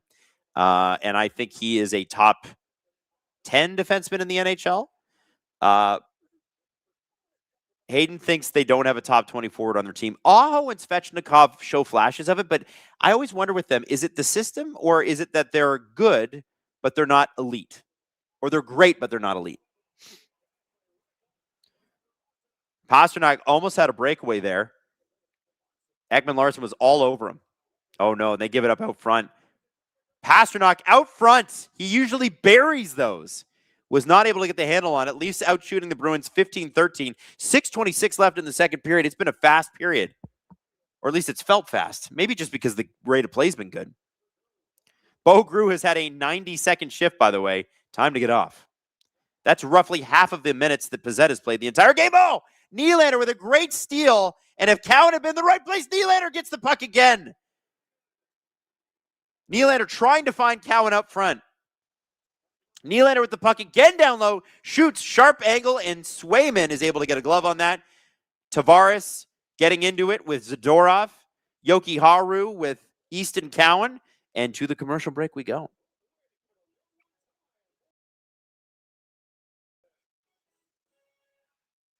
Toolfan167, at what point does Detroit think about starting Talbot? Well, we got Wings fans in the chat tonight. I'd love to know. What do you guys think? Joseph says, Adam, who do you trade for Quinton Byfield? Why am I trading for Quinton Byfield? I'm going to question your question. Why am I trading for Quinton Byfield? I think the cost would be outrageously expensive, and I have not yet seen Quinton Byfield break out yet. He's been good.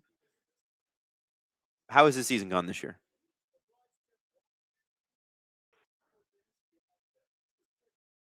He's got 38 points in 67 games, 15 of them goals. Why are we trading for Quinton Byfield? I'm sorry, man. Doesn't he have Panarin on his wing? And Fiala when Fiala's healthy? What's that, Hayden? That's 4th on the Kings. Oh, the Kings stink. Dancing Bear 9, Eastern Conference Final again. Let's go, baby. Cry more about our boring style. For real, though, our goaltending situation is going to sink us. Shout out to Rod Brindamore. Most wins through 600 games in the NHL history, though. That's true. Rod, listen, I got nothing against Rod as a coach. I think his coaching he's got a system. It works. But there's something about the Canes that I'm like, if I saw the Canes and the Lightning play in the Eastern Conference Final, unless I'm a Canes fan, I'm betting on the Lightning. Assuming everybody's healthy, which they wouldn't be. The Canes will be, I will guarantee you this, the Canes will be healthier in that series. The Lightning are grizzled and old and beat up and always playing through something. But that's kind of what makes them so special, you know? And could a Canes Tampa series see Nikita Kucherov largely shut down? And Braden Point. And Brandon Hagel. You know? It's tough. It's a tough lineup. Red Wings have finally scored. It hasn't updated for me yet, but the Red Wings are back in this game. They're back in business, and according to the Sens fans in the chat, they scored on themselves. I didn't see the goal, but hey, go Wings. Sometimes you got to take them how you can get them, right? You just got to do what you got to do. That's a big goal, though. The Red Wings could not go into the third period down that low. Oh, William Nylander had Jeremy Swayman down. He tried to tuck it past the left leg, but Swayman hugged the post with his ankles. Inside JC, will Jesse do some Jays regular season streams, one per week? It's looking like that. He's got a stream this Friday for opening night. So you know that Mr. Jesse Blake will be on the air Friday night to watch a little Blue Jays with you right here on the SDPN channel. We got a lot going on. I am today and tomorrow, Jesse Friday, Steve Saturday. There's a lot of live content happening on the SDPN channel, kids. A ton. And a lot more people tuning in than I would have expected on, with literally nothing on the line here for the Leafs. By the way, this is my 7th last Leaf stream of the season. I am streaming, I think Steve's got 3 more to go. I think I've got 6 more after this one. And that's most of the games. I think that only leaves a couple of games out. Rich says, Jesse Blake, credential Jays reporter when? I don't think we need to do that. I think we need him streaming the games. Sad Browns fan HQ said, this is a good hockey hangout stream. That's the point. That's the kind of stream I like to do. We come, we hang, we talk hockey. We debate, we disagree, we agree, we chat. Plus, we can laugh at the Islanders together. I can't believe what's going on in that game. 4-1? Come on, guys. Show up.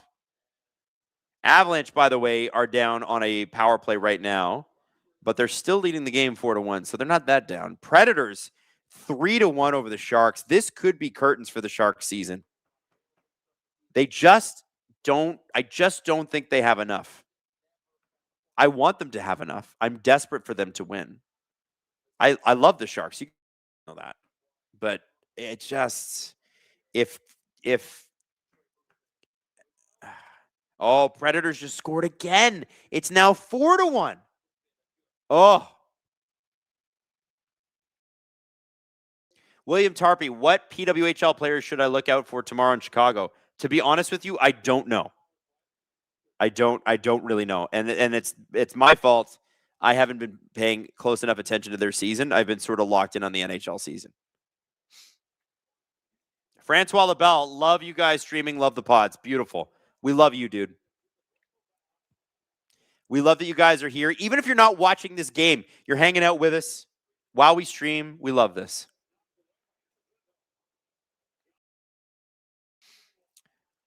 Shotgun draw. We, Sharks fans, need a high pick. Another one? Oh, here we go.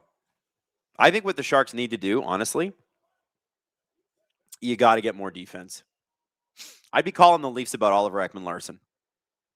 You need some vets back there. And also, you need a young stud defensive prospect. I know they got, who do they have? Is it Dickinson? Who's this? Anyway. It can't just be Orlov and Ferraro. And man, it was pretty clear they wanted to get rid of Liljegren. Holy.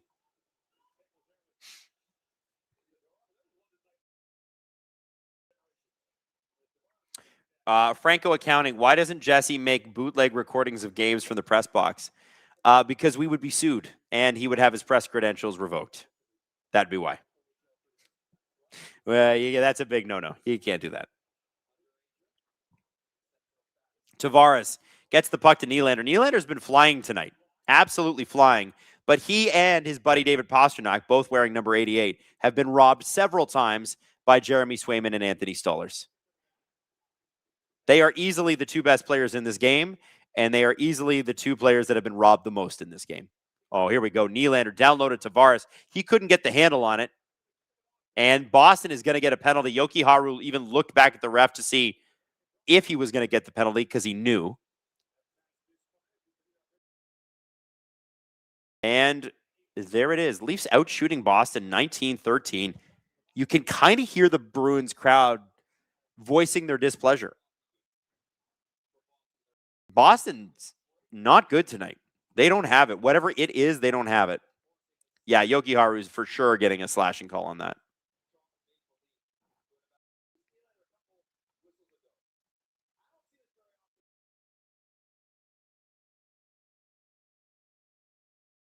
They're showing Nylander going down the bench to talk to Riley and Carlo about a play. Good. He's wearing an assistant captain's thing. He should be doing that. Start talking. Start leading. It's about time, Willie. Let's do it. I like seeing that. That's what I want to see. I want to see it when it matters next October, though. Franco Accounting, if I were to consult for SDPN, I'd go all in on the bootleg press box streams. Inside JC, Adam, give me a Nylander Fox trade, you handsome guy. Here's my problem. Am I getting Norris Trophy winner Adam Fox, or am I getting Adam Fox, who's currently a shell of his former self and has been injured? Is Adam Fox the same Adam Fox anymore? I think it's a fair question. Hey, what if you gave us Fox and Lafreniere? Even that, I don't think people would be thrilled. Still Brian 9448. Do you think we could get an LFR with you or Jesse?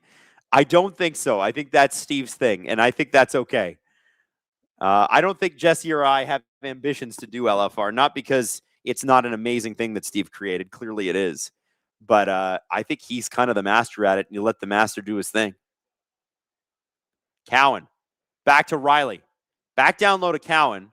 Or sorry, that's Michelli. What am I saying? Cowan. It should be Cowan. But Cowan's on the first power play unit. They did start the Leafs' second power play unit. Now with a minute to go, they're going to come off. And Tavares and Nylander, who had just shifted before this power play and needed a bit of a break, they're going to come on and get the last minute of it. Girthy Bettman says it's not Adam Fox anymore. It's Adam Foe. As in faux finish. That's a bummer. I did love him.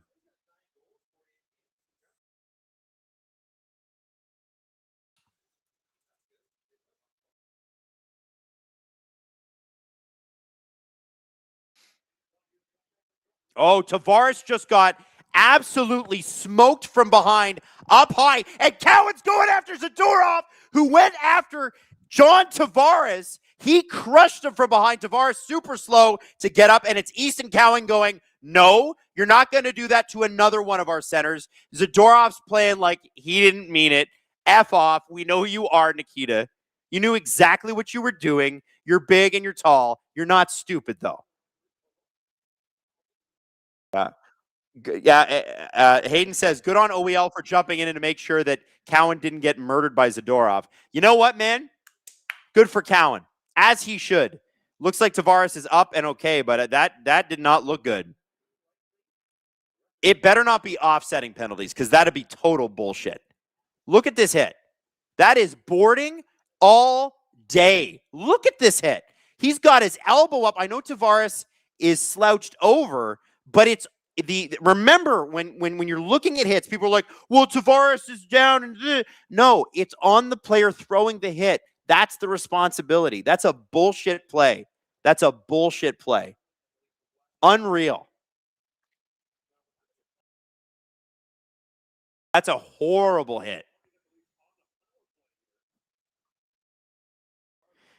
Justin Drake, as a Bruins fan, respectfully, it's absolutely embarrassing that the Bruins don't have 3 or 4-1 lead on Toronto right now and are playing this bad. But as a Bruins fan, I know they do play like this bad, and when they play this bad when they play bad teams. You know what? Straight up, I agree with you, Justin. I guess the Bruins sort of play to the level of their competition, which the Leafs have been oh my God, that hit's horrible. Sorry, give me a sec, Justin. I'll come back to you. That's a fucking horrible hit. Excuse my language. I'm going to stop swearing, but wow. Hayden's saying it's not a whole lot different from the Greer-Zari hit, the AJ Greer hit. But you know what's different about it is Greer like tripped Zari and then hit him. That's what's different, right? Because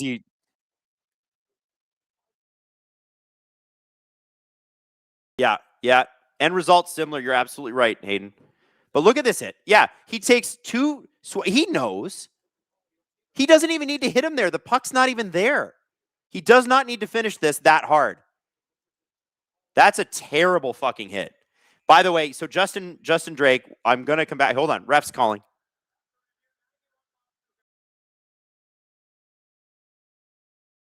Five-minute major for boarding for Zadorov. No game misconduct. That means that the NHL can suspend him, but they won't. Mistress of Insanity loves seeing Cowboy throwing gloves and asking questions later. Agreed. I don't think Cowan should be in the box, by the way, but, you know, he'll probably get 2 for roughing or something. Meme Emperor says, I mean, Perro set the precedent twice now. That's a fucking awful hit. So we don't know if it's 4-on-3 or 5-on-4 right now. And by the way, if the Leafs score, there is no reduction in time. The Leafs could get 5 goals on this, and it wouldn't matter. Zadorov will play in this game, though. That's not a misconduct. It is 5 for boarding. It is not a misconduct. And that means that Michael Pezzetta can get out there. Yeah, I think Hayden just said, do you think Pezzetta goes for him? I'm like, well, what are we paying Mike Pezzetta for? So it's going to be a 2-man advantage for 50 seconds, and then it's going to be a 5-on-4. Justin Drake, my friend, who is a Bruins fan, who said earlier on our super chat, guys, I can't believe the Bruins are playing this bad against the Toronto Maple Leafs. It kind of feels like the Leafs of old, where you knew they were so much better than what they were showing you, but they played down to their competition. The Bruins are playing down to their competition. This does not look like a good team tonight. They're sloppy as hell. It's weird. And there has been a lot of penalties tonight. Just this period alone. This is the Leafs' 4th penalty this period. Boston's had at least 2. A lot of penalties in this game. Dolan says Adam Pezzetta should go after Zadorov for what? Oh, here we go. Max Domi with an unbelievable backhanded goal. Leafs are now still on the power play for about the next 5 minutes, but at least it's not 5-on-3. The Boston Bruins, who have a beautiful opportunity to make ground not only on the Senators and the Red Wings tonight, are blowing this. They are blowing this opportunity. This is crazy. Max Domi he always passes the puck, but that was an unbelievable goal. Nyes and Domi with goals tonight, and I think both goals are their best goals of the season. Beautiful, beautiful goal for Max Domi. Justin Drake would have swore, but YouTube doesn't allow me to use more colorful language. Love watching LFR and SDPN, though. Great stuff. Thanks, Justin. Appreciate you tuning in. Appreciate all you guys being here. It's been a spicier game, a better game than I could have thought, but, you know, maybe it's Leafs and Bruins, and that's the way it goes on your Bally Bet Tuesday night torture chamber. Toronto Maple Leafs hockey. Catch the feeling, which is kind of actually pretty good tonight. Did not expect this. It is going to be 4-on-4 for the next 2 minutes now, because this is really complicated. Easton Cowan is in the box. I thought it was 5-on-4. It's 4-on-4. Cowan was in the box for roughing up Zadorov after the hit on Tavares, and then the Leafs will go on the power play to start the 3rd period for about 2.5, 3 minutes. Zadorov, by the way, given a 5-minute boarding major if anybody's just tuning in. However, he's going to play in the game. Like, he's not been kicked out. No game misconduct. I guess they sort of ruled that it was accidental, but it was kind of on purpose.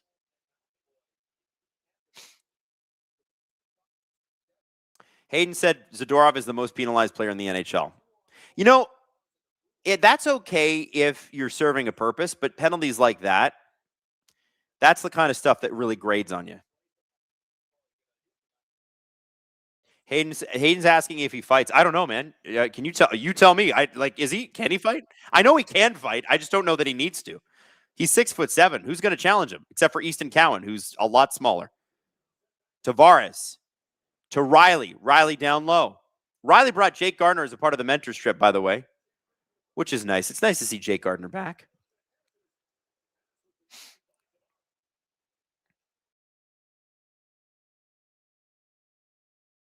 lot of not happy Bruins fans with Zadorov right now in the chat.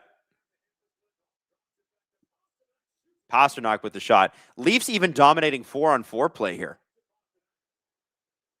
Until right now. Listen, it wouldn't shock me if Boston scored here. Robertson with the poke check. That kind of throws Pasternak off his game. There is 7 seconds left on this 5-on-5. 10 seconds left in the second period. Pasternak. And he passes to nobody. This period is going to be over. Cowan is out of the box. And that is it for the period. Now, we're about to play Final 20. Since you all are here, how about you sign up and play a little Final 20? Listen, if you haven't signed up for Bally, that's fine. Sign up for this because it's going to get you a $400 gift card. The winner of the pool that we're in here is going to get a $400 gift card this month to Fanatics. Go get yourself a jersey. Go get yourself a delicious jersey. If you're looking to sign up for this, by the way, you can click on it right now, and you can play along with me. The link is in the description. It's super easy, okay? Strange Radio says, Adam, what do you mean by Gardner is back?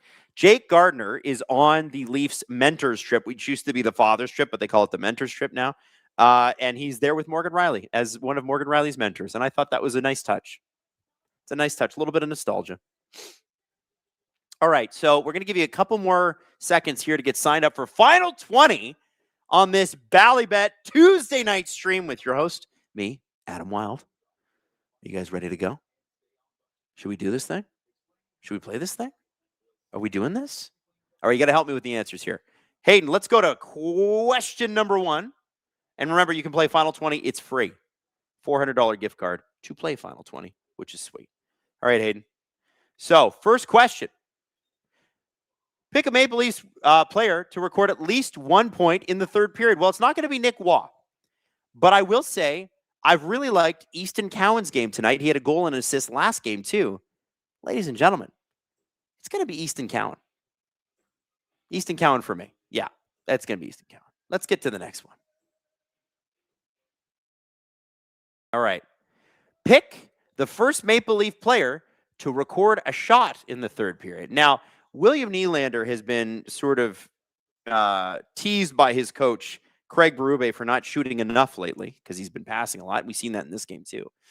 But he's had a couple shots. He's tempting. It's not going to be Nick Waugh, Hayden. Stop pointing at Nick Waugh. Matt Nyes, maybe. It's got to be Nyes or Willie, right? So let's go the easy one. I said Cowan gets a goal. I'm going to say Willie gets the first shot. It should be Willie getting the first shot. So William Nylander, click him. No, not Nyes. It's Nylander. Click it. Click it, Hayden. Thank you. Pick the first team to record a shot in the third period. Because the Leafs are on like a 3-minute power play, it should be them, and they are out shooting the Bruins, who are playing like crap. I think Marco Sturm's going to peel paint off the walls in the intermission here. Let's go Toronto Maple Leafs. Screw it. Yanaki says you should have picked Waugh. You know what? You should have picked Waugh. Sign up for the game. Pick him yourself. To the third period, I say yes.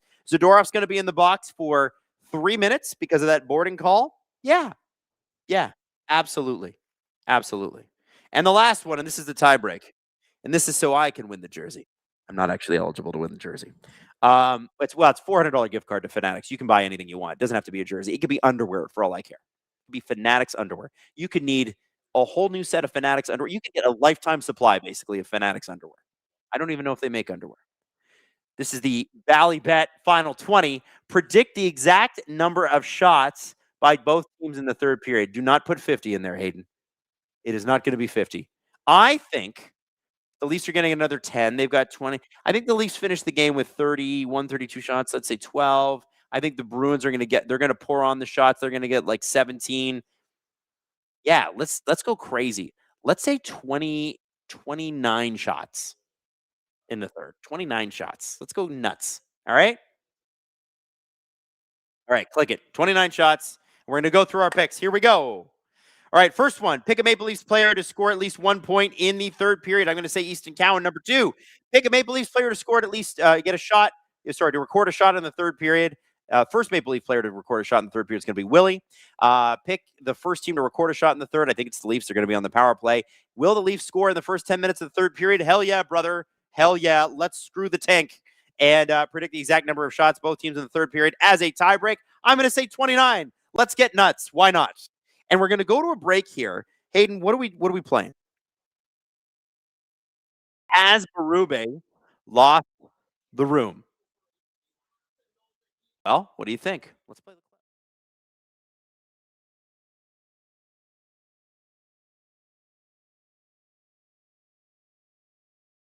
head or in the neck. Craig Berube. So they go to overtime, and immediately Berube's like, okay, I'm going McCabe, I'm going Willie, and I'm going John Tavares. And this is a head coach, and all coaches do this, where they're too close to the picture to see the entire painting. Sheldon Keefe used to throw out David Kampf to win a faceoff draw and then be like, all right, Austin, your turn. All Craig Berube has done is what the last guy did, basically. Yes. So Tavares loses the draw. And the Carolina Hurricanes, don't know if you know this, very good at hockey, very good at skating and puck movement. So Tavares is now stuck out there with like Aho and whoever else, and they're all fast, and they're all great puck movers. And John, respectfully, gets exposed in 3-on-3 hockey. His movement's not there. What is the face-off gap between Tavares and another option you could have put out? Well, if you had Lawton, Waugh, and Matthews, probably not much. I don't know what Gru's numbers are, but you don't have a lot of centers. So this is why I didn't get mad at that decision, because I was like, there's no one else. And that's like, fine. There's no one else. But then they're all slightly out of position, and it's relatively quick. The Carolina Hurricanes put the Leafs out of their misery. They score. Why can't William Nylander take the opening faceoff in overtime? Why not? He takes faceoffs all the time. The dumbass thing, though. It was 41 seconds, by the way. 41 seconds. There you go. Shot attempts were 77 to 44, I believe, in the game. Less bad than I thought, but still not great. Still terrible. I don't know. That's pretty bad. Yeah, but I made it seem like it was much bigger. That's pretty not big. Much smaller. Yeah, you're right. I think you were along the right lines. So plus or minus 10%. I then read the quote afterwards, and Jesse, tell me you didn't fall to the floor laughing when Craig Berube said we could have used a save there, when the shot attempts were 77-44, and the only reason that they're in overtime is Joseph mother effing Woll. Yep, I hated it. It was such a nonsensical comment from a head coach throwing his goaltender under the bus there when, as you said, Joseph Woll's the only reason they got a point in that game. And then to have that follow up with him having to start on back-to-back nights. Yeah. I was like, okay. That's perfect, right? Rub your face in it, Craig. Like, what are you doing? And then the team was so much worse the next night. Yeah. And there was comments I want to get to that. In a vacuum. It's on him. The way this 100%. team plays and the amount they're outshot every single game for 2 years now. Last year, they were able to overcome it because they had a spectacular goaltending out of that guy. And now you're not getting it this year and you're upset. You're a bad coach right now. Yeah. Even in a vacuum, if you look at some of the goals that were allowed that night, you're like, yeah, I would usually expect Woll to make that save. But he's still your most valuable player, and you stink. Yeah. I don't want to hear anything else out of Craig Berube, dude. I'm not interested. He's not the Leafs coach. Well, no, and so that goes to, and I want to just, before you go on that tangent, because I want you to go there. Okay, sure. Give me a sec. Next night, they've called up Michael Pezzetta against the Ottawa Senators, and Brady Tkachuk has made comments on his podcast, which we mentioned on Friday, about the Leafs not jumping in to save Matthews. You call up Pezzetta so that Pezzetta can send a message and maybe restore a little bit of anything in this team in terms of honor, right? Whether or not you think that's valuable, that's what Brad Treliving did. Craig goes, no, we need Calle Jarnkrok in the lineup. He's playing his last 5 or 6 games in the NHL, and he needs to be in tonight.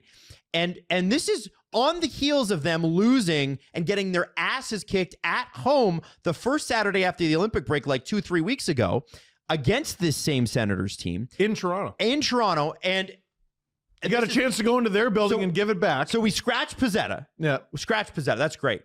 After the game, Easton Cowan had a great game, goal and an assist. Sure. He said after they got that power play goal, I felt like we kind of got dejected. And Craig Berube says, no, that's an excuse. I don't buy that. Craig, listen, I know Craig is coaching for his next job in the NHL, which is why Pizzetta was not in the lineup. You think Why? That the players have quit on him? That's him quitting on the team. Yeah. He's absolutely put Pizzetta in the lineup over Yarncroke. You're out of your mind. Yeah. Here's Cowan saying they were a little deflated.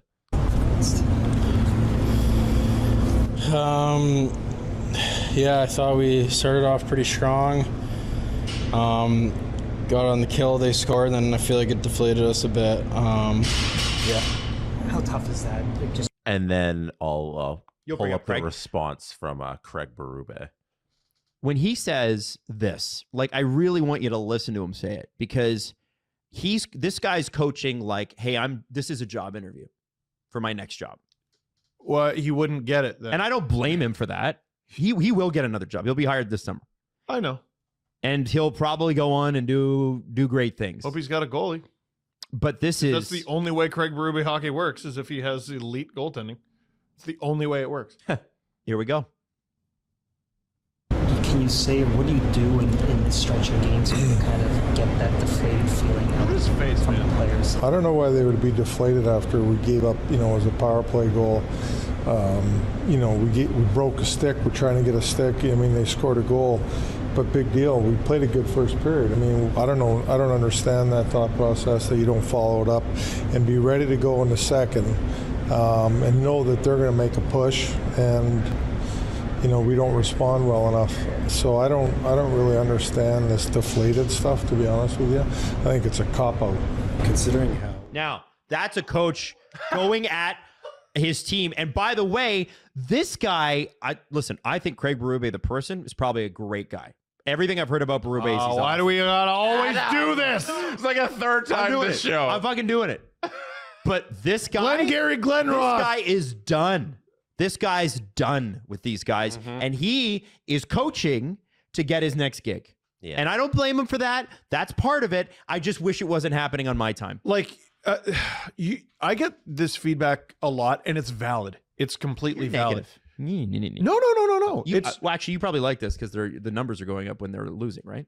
Not anymore. Exactly. Not anymore. Like, people don't care about this hockey team. I know. No, them losing is bad, by the way. Yeah. No, yeah. I know. I'm not doing this again. I was right the first time. Okay. But with Craig Berube, people go, listen, man, like, how is it the coach's fault when it's the team that does this and that and that? It doesn't need to be the coach's fault, or they don't need to be the principal person that's at fault. It's a coach's job to motivate. It's a coach's job to strategize and obviously manage the bench.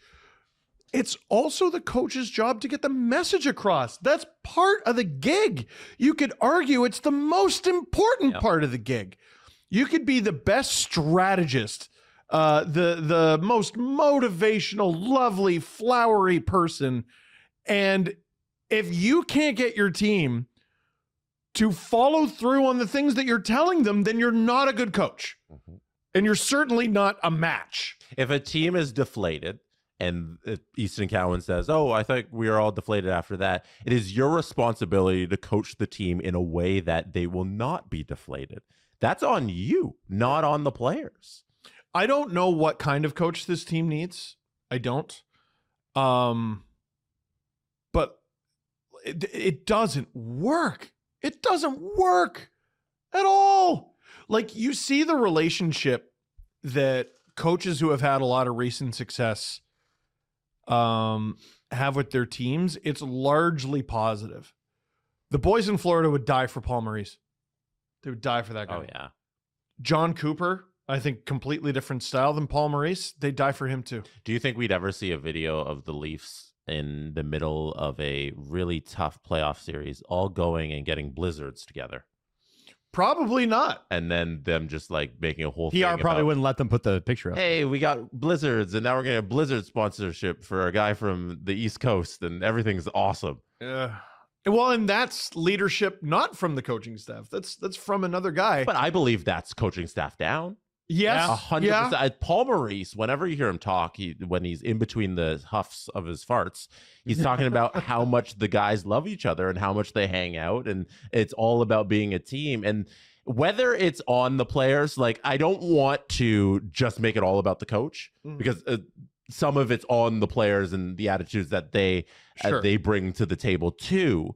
But it's a group mentality, and I think from Craig Berube down to the core of this team, nobody has that bonding team attitude when they go out on the ice. No, like, I think it's a miserable experience being a Leaf right now. Yeah. Miserable. Like, it's gotta be fun showing up to the rink. Oh my God. Like I think a big part of how long the season is.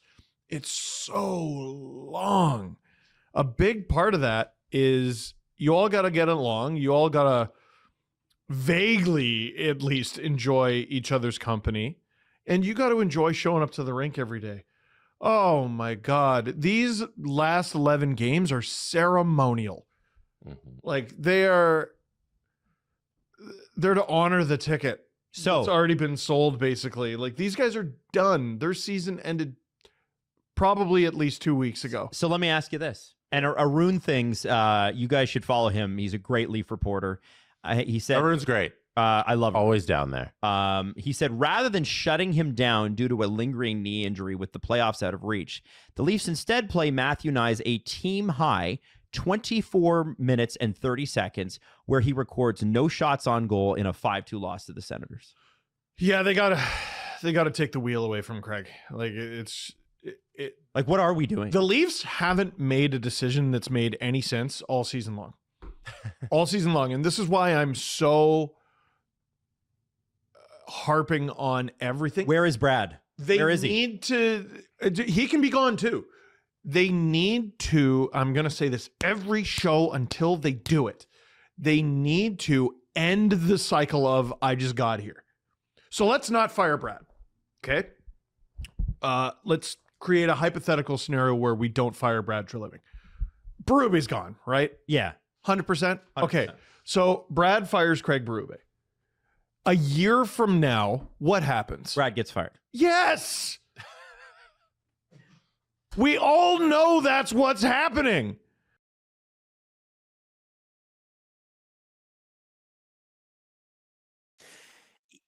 Easton Cowan on the Gudis Matthews incident.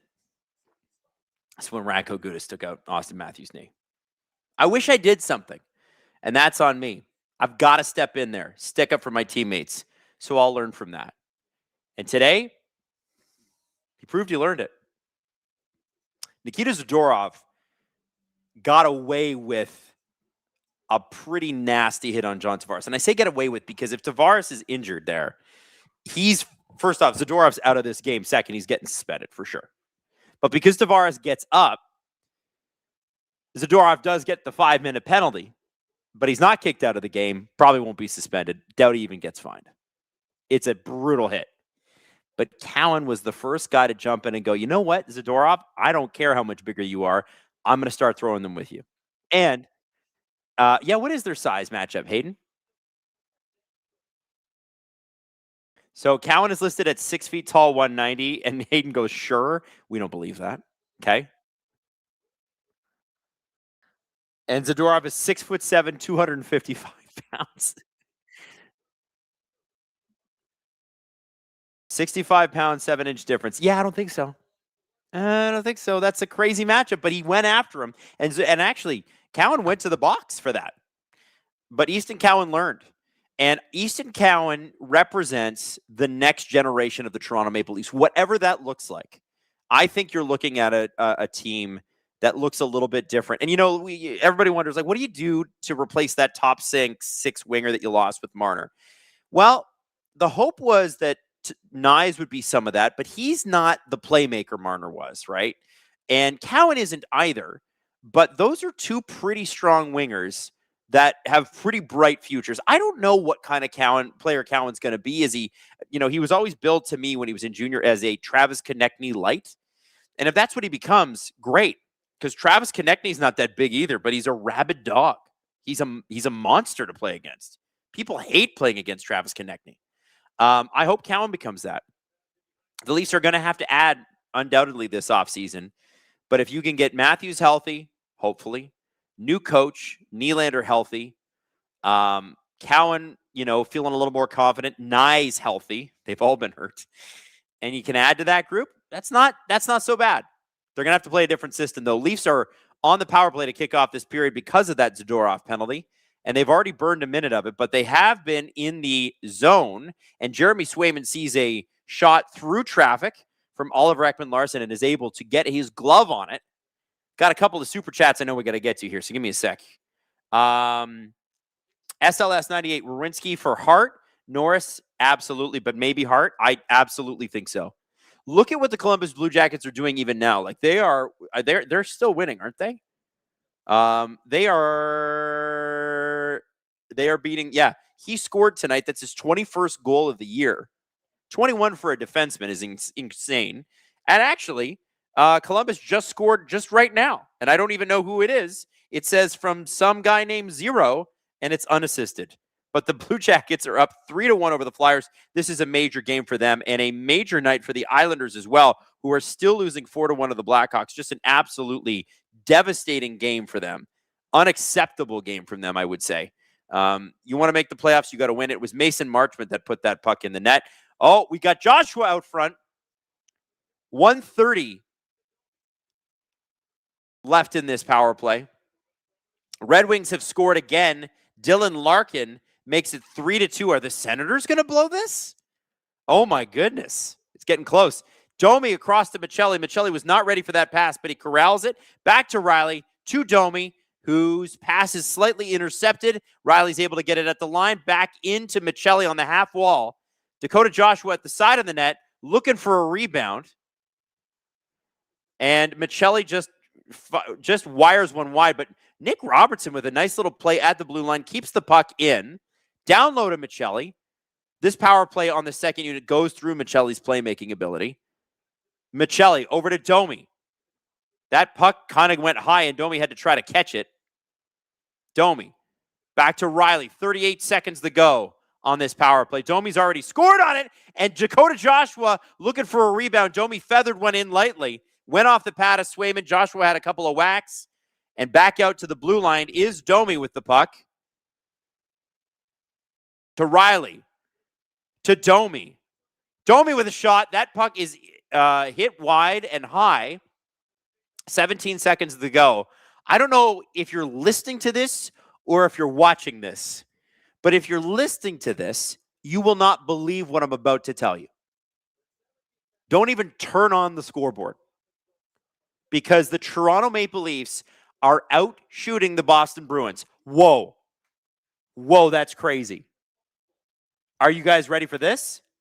The Toronto Maple Leafs are out shooting the Boston Bruins 26-14. 26-14. The Toronto Blue Jays are out shooting the Boston Bruins. The Toronto Blue Jays. Toronto Maple Leafs. Ha-ha. I hope the Toronto Blue Jays beat up on the Red Sox that way. We are scoreboard watching, by the way. The Canadians are crushing the Hurricanes. And why do I say crushing when it's only 3-2? Well, the Hurricanes have 28 shots. Canadians have 15. Canadians are winning the game. Minnie is up 3-1 in their game. Senators up 3-2 on the Red Wings, although the Wings, it was down 3-0, but good on the Wings for coming back. And Dylan Larkin, who is playing his first game since that injury, gets the goal. That's emotional. That's a big deal. The Red Wings are not going to go away quietly against the Sens tonight.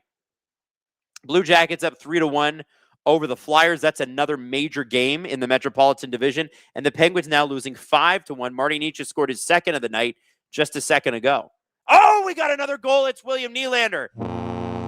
And I did say he would get a shot. I thought Cowan might get the first goal. William Nylander gets a goal.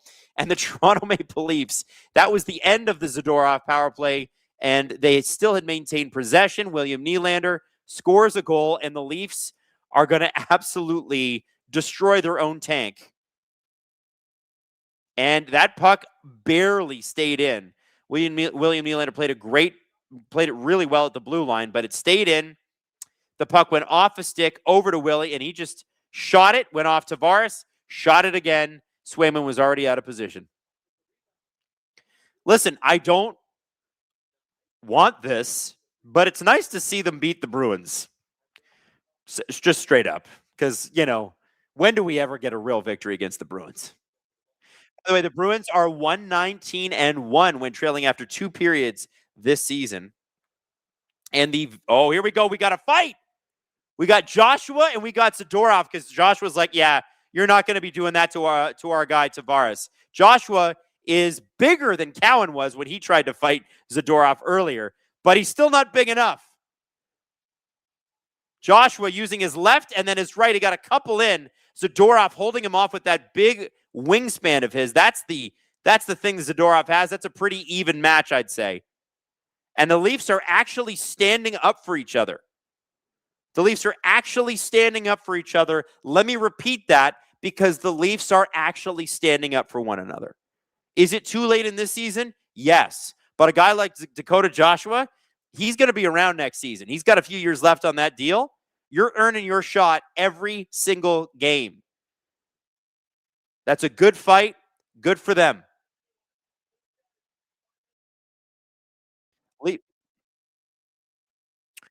Hayden is asking, will Zadorov have more ice time or penalty minutes by the end of the game? I think it's going to be penalty minutes because this is going to be 10 minutes at least in the penalty box. It's funny that the refs left Zadorov in this game because the Leafs really wouldn't have many people to target unless they were going to go after like a Pasternak, which I don't think they would. You knew Zadorov was going to have to fight. Pezzetta has not taken the ice, but I'd love to see what he looks like out there too. 11 minutes and 20 seconds for Zadorov in ice time tonight. And he's got 10 minutes in penalties too. Amazing. Yeah, this is not a good game for the Bruins at all. They look sloppy. They look bad. Wylde up 3-2 on the Lightning. The Lightning have come back there. It was 3-0 for a while. Hayden is not talking about that much. You know what game's going to blow your mind as we scoreboard watch? You guys know that the Winnipeg Jets are a bad team this year. They might not be a bad team next year, but they're a bad team this year.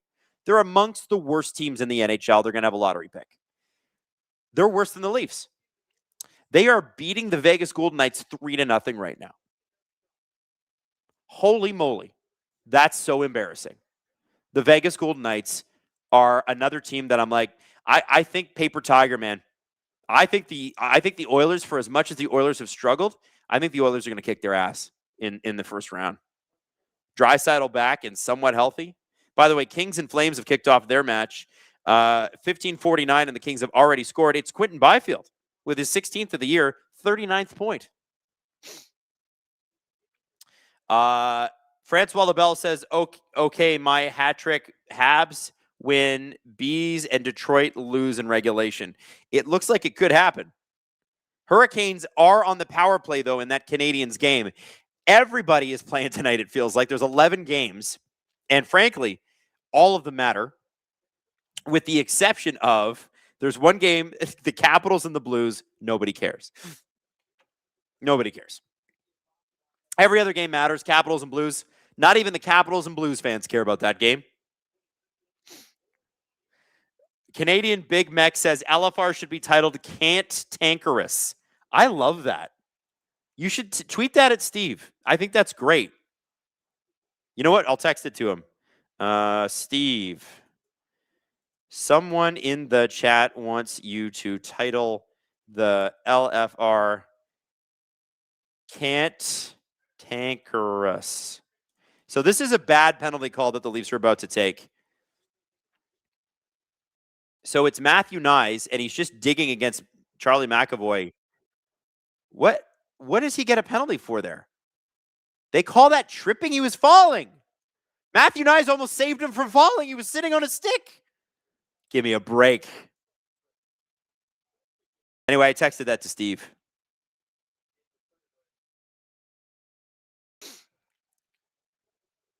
Leafs playing well in front of their mentors. Rennie said Vegas getting blanked, but the Leafs need Marner. I think, unfortunately for Mitch, he doesn't really. That team is a weirdly constructed team. I think they're kind of too old and a little slow, and they don't have a lot of finishers. They got a lot of setup guys. Eichel's a setup guy. Marner's a setup guy. They got a lot of setup guys, not a lot of finish guys. Girthy Bettman, Vegas is also missing their Barkov and William Karlsson. He's been injured since November 9th, and we've had Marner playing center. That's true. Yeah, Hayden's really mad at you because you said William Karlsson and Alex Barkov in the same sentence. Yeah, listen, I think he meant it in the context of he does some of what Barkov does, but probably not to Barkov's level. Hayden said we're missing our McDavid. Eriksson Ek is out. Oh, and we got a goal here. It's David Pastrnak. He finally scores. Both 88s have scored in this game, and that is man, Jake McCabe is furious with the ref right now. Furious. He's furious because he knows Nye should not be in the box there. I think anybody that watches hockey knows that was just one of those lucky calls. MM Ferrier, welcome to SDP VIP. Woo! So McAvoy makes a great pass out front here. And Zaka, beautiful backhand over to Pastrnak, who was ready. It's a great shot. There's nothing, you can't say anything but beautifully executed. It's funny, it didn't even go that hard, but it was bouncing, and it sort of fools Stollers. Looks like just to the left, Stollers just slid a little too hard. MFAer 88, whatever. Welcome to SDP VIP. Remember, that gets you a second VIP episode, or sorry, a first VIP episode, because there's only one every single week. So I get you a fourth Steve Nangle podcast episode. And if you upgrade to the ad-free tier, which you can get on Apple Music and Spotify, and obviously here on YouTube as well, it's $6.99 a month, and you get every single episode completely ad-free, and you get them hours earlier than the rest of the people who do not. Just because we like to give our VIPs a little bit of the VIP treatment. No ads, early access. It's a beautiful thing. Canada Matt, I think someone got the shot clock upside down. I know, the Leafs out shooting Boston 27-16, and we actually got ourselves a game here. It's exciting. Hurricanes have not been able to convert on that power play against Montreal. They were up 2-0. They are now down 3-2. Hurricanes just cannot get any goaltending right now.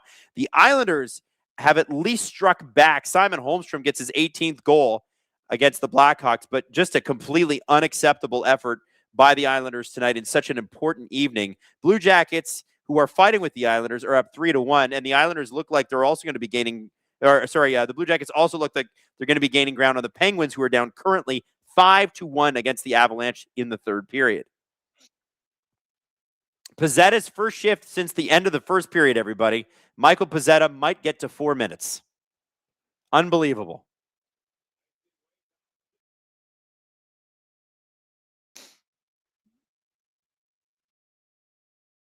(27-16). This game just got a lot more interesting after that Matthew Knies power play or penalty that led to a power play. Was it Matthew Knies' fault? Not really. Refs are human beings. They make mistakes. Am I going to get that heated about it? No, not really. Because ultimately, it's better if Boston wins this game. It is. It's better for me if Boston wins this game. But it's nice to see the Leafs sticking up for each other. It's nice to see the Leafs playing good hockey and carrying themselves well, because they are a bad team. But they're not this bad. They've just been playing like shit. Meme Empress, Radish can put the fear of God in a man, I swear. I think he's re-signing in Tampa, guys. It's a monster slap shot. He's gonna sign a big deal in Tampa. People are like, oh, maybe the Leafs can get him. I don't think so. 28-15 are the shots in favor of the Leafs. Leafs almost doubling up the Bruins in shots. This has not happened this year, I don't think. I don't think this has happened in a single game this year. Odd that it would happen with Boston in Boston. Robertson to Knies. Great pass. Knies with a shot. Good save by Swayman there. McAvoy did a great job angling Knies off. Girthy Bettman said, don't worry, Hayden. I'm not saying Karlsson is Barkov, just that Karlsson is always playing against top line so Eichel doesn't have to defend them. We figured that. Hayden just got heated there. He's like, excuse me, you've offended my hockey.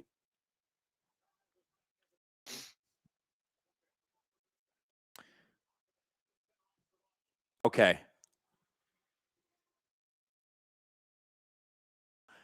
Boston definitely losing on purpose. LOL. Only way to explain this. I don't know. Why would they want to lose on purpose? That doesn't make any sense to me. Leafs playing a damn good hockey game. Don't let that fool you into thinking they should keep Berube, though. All right, now listen. It is the Bally Bet Tuesday night stream. Leafs Boston. It's been a great game. It's been a really great game. Was not really expecting it to be such a great game, but it has been. Now listen, we want you to sign up for Bally Bet with the promo code Go to the Net. Download the Bally Bet app, register with promo code Go to the Net, make your first deposit, choose a bet, and submit a wager of at least $10. We're going to give you bonus bets. Odds greater than or equal to -500 to +300, you're going to get $50 in bonus bets. Odds greater than or equal to +300 or less than +900, $200 in bonus bets. And if you really want to go for the $400 in bonus bets, you got to go a +900 bet. Join Bally today. Link is in the description. Void in Canada. But if you're in Ontario, click that link. Click that link. Because there might be something there. I would just click the link. That's what I would do. Now, my question is, do you bet the comeback? Because Stolarz has had a good game, but he's not been totally tested. Boston looks better in the third period, and the Leafs are the Leafs, but they're active out there. Do you bet the comeback? Usually against the Leafs, you bet the comeback. Do you bet the comeback? Oddly enough, I know I'm a Leaf fan, and I shouldn't say this. I would bet the comeback because look at Boston and look at Toronto where they are in the standings. It's +230 for Boston comeback. I don't know. I would take that. Why not? To me, do they have to come back and win or just come back and tie for the +230? Come back and win to +230? That actually seems a little low. Maybe Bally does not have the, they don't have the, it seems that they don't have the faith in the Bruins that perhaps I do. By the way, all the mentors in the box. Jake Gardner's there talking to some guy. Doug Gilmore's there. I saw his face. A lot of Leaf mentors on this trip. Don't know why it's happening so late in the season, but you know the Toronto Maple Leafs have kind of acted like the biggest dumbass organization in the league this year. I think there's probably a reason why this Father's Day or this mentors trip happened so late, and I'm sure it'll come out at the end of the season. And I'm sure it's going to have something to do with Rogers coming in and going, yeah, well, what if we just didn't? That's what I feel. I feel it in my bones. I feel it in my bones. I just know. I worked for that company for too long. I know. I know these things. Alex says, Adam, are you streaming tomorrow too? You bet your ass I am. Toronto Maple Leafs are playing tomorrow, and your boy Adam Wylde will be streaming. It's the Toronto Maple Leafs and the New York Rangers. The all blue and white and bad bowl. Hey, are you bad and blue and white? Well, have I got a game for you. Last two teams in the East duking it out to see who could be worse. I mean, the Bruins put up, it was Zibanejad's 1,000th game, and they only ever managed to get him 14 shots. So the Rangers are worse. There's no question. It's so crazy when you think about it. Oh, it's listed at 10 shots for the Rangers last night. Oh, looks like Troy Stetcher just drew a penalty. Another penalty in this game. That's got to be like 8 of them. Crazy. I have to say, I am surprised at how bad the Rangers are, but it is so funny in retrospect, those Rangers players wearing like the no BS t-shirts before the season, like JT Miller's captain. We got a new attitude. It's the no BS crew. And all they've given their fans all year is complete and total BS. BS performance after BS performance. Don't tell me the Rangers are actually this bad. And I think the Bruins are offside here. Zadorov's going to shoot, but if the Bruins score here, I would challenge it. 11 penalties tonight. Holy smokes, that's rare.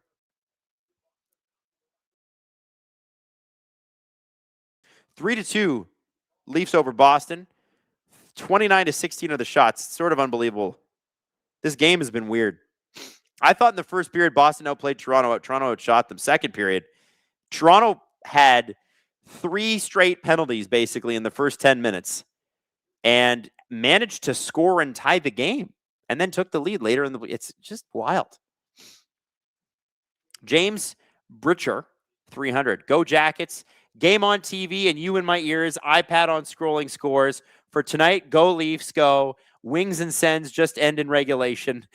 Go Avs and Hawks, and absolutely Z for Norris. I mean, I think he means Werenski for Norris, and absolutely. If it was on me to vote for it, Werenski would get my first place vote. And Hayden probably hates that because he's got Quinn Hughes now. You'd have Mo Seider as number 1. You know what? Not a bad pick, Hayden. I think he's so good. Him and Edvinsson together are just, what a pair. Yeah, not going to make the, Hayden said not going to make the playoffs. We don't know that.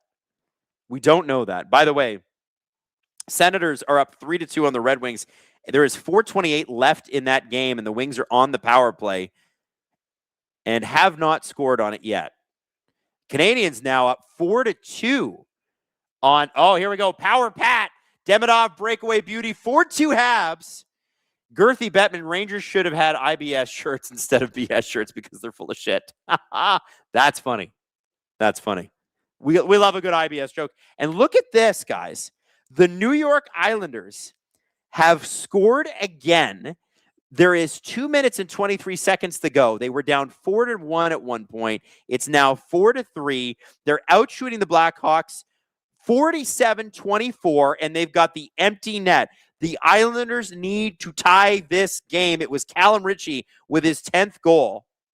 That is an enormous comeback by the Islanders, but they got to complete it because the Penguins are losing. They cannot let the Penguins losing get away from them. Penguins are going to get their asses kicked, by the way. It's 5-1. And in that same division, the Blue Jackets and Flyers are playing. Flyers are still in the playoff hunt, but they are losing to the Blue Jackets, and the Blue Jackets being up 3-1 is enormous because right now the Blue Jackets are in a playoff hunt, and what this means is they are in. So the Penguins are going to lose tonight. The Blue Jackets look like they're going to win. They will move to second place in the division if they win tonight and the Penguins lose, which looks like it's a lock. If the Islanders can tie this game and win it, the Islanders would be ahead of the Pittsburgh Penguins. They would move to third, and the Penguins would drop probably all the way to the second wild card spot, maybe the first over the Bruins. I'm not sure who holds the tiebreak. I think it's regulation wins. And actually, it's interesting. The Penguins and the Bruins are tied in regulation wins. So if Boston were able to come back against Toronto, Boston would be the first wild card team. But I don't know who, maybe it's their head-to-head record. Maybe it's total wins. I don't know. It's crazy out there. It's crazy out there. Got to watch this Islanders team. They got 48 shots to the Blackhawks 24. Can they do this? Meme Empress, I can't take the meow meow seriously when they have Lacroix embroidered on their jersey. Also, it was 4-1 LMAO. Yeah, the Kraken need to win this game too. Letting the Panthers back into it. I know. Oh, sorry. I guess the Panthers were winning. Eberle scored anyway. It's tied up. The Devils are up on the Stars. Oh, good for them.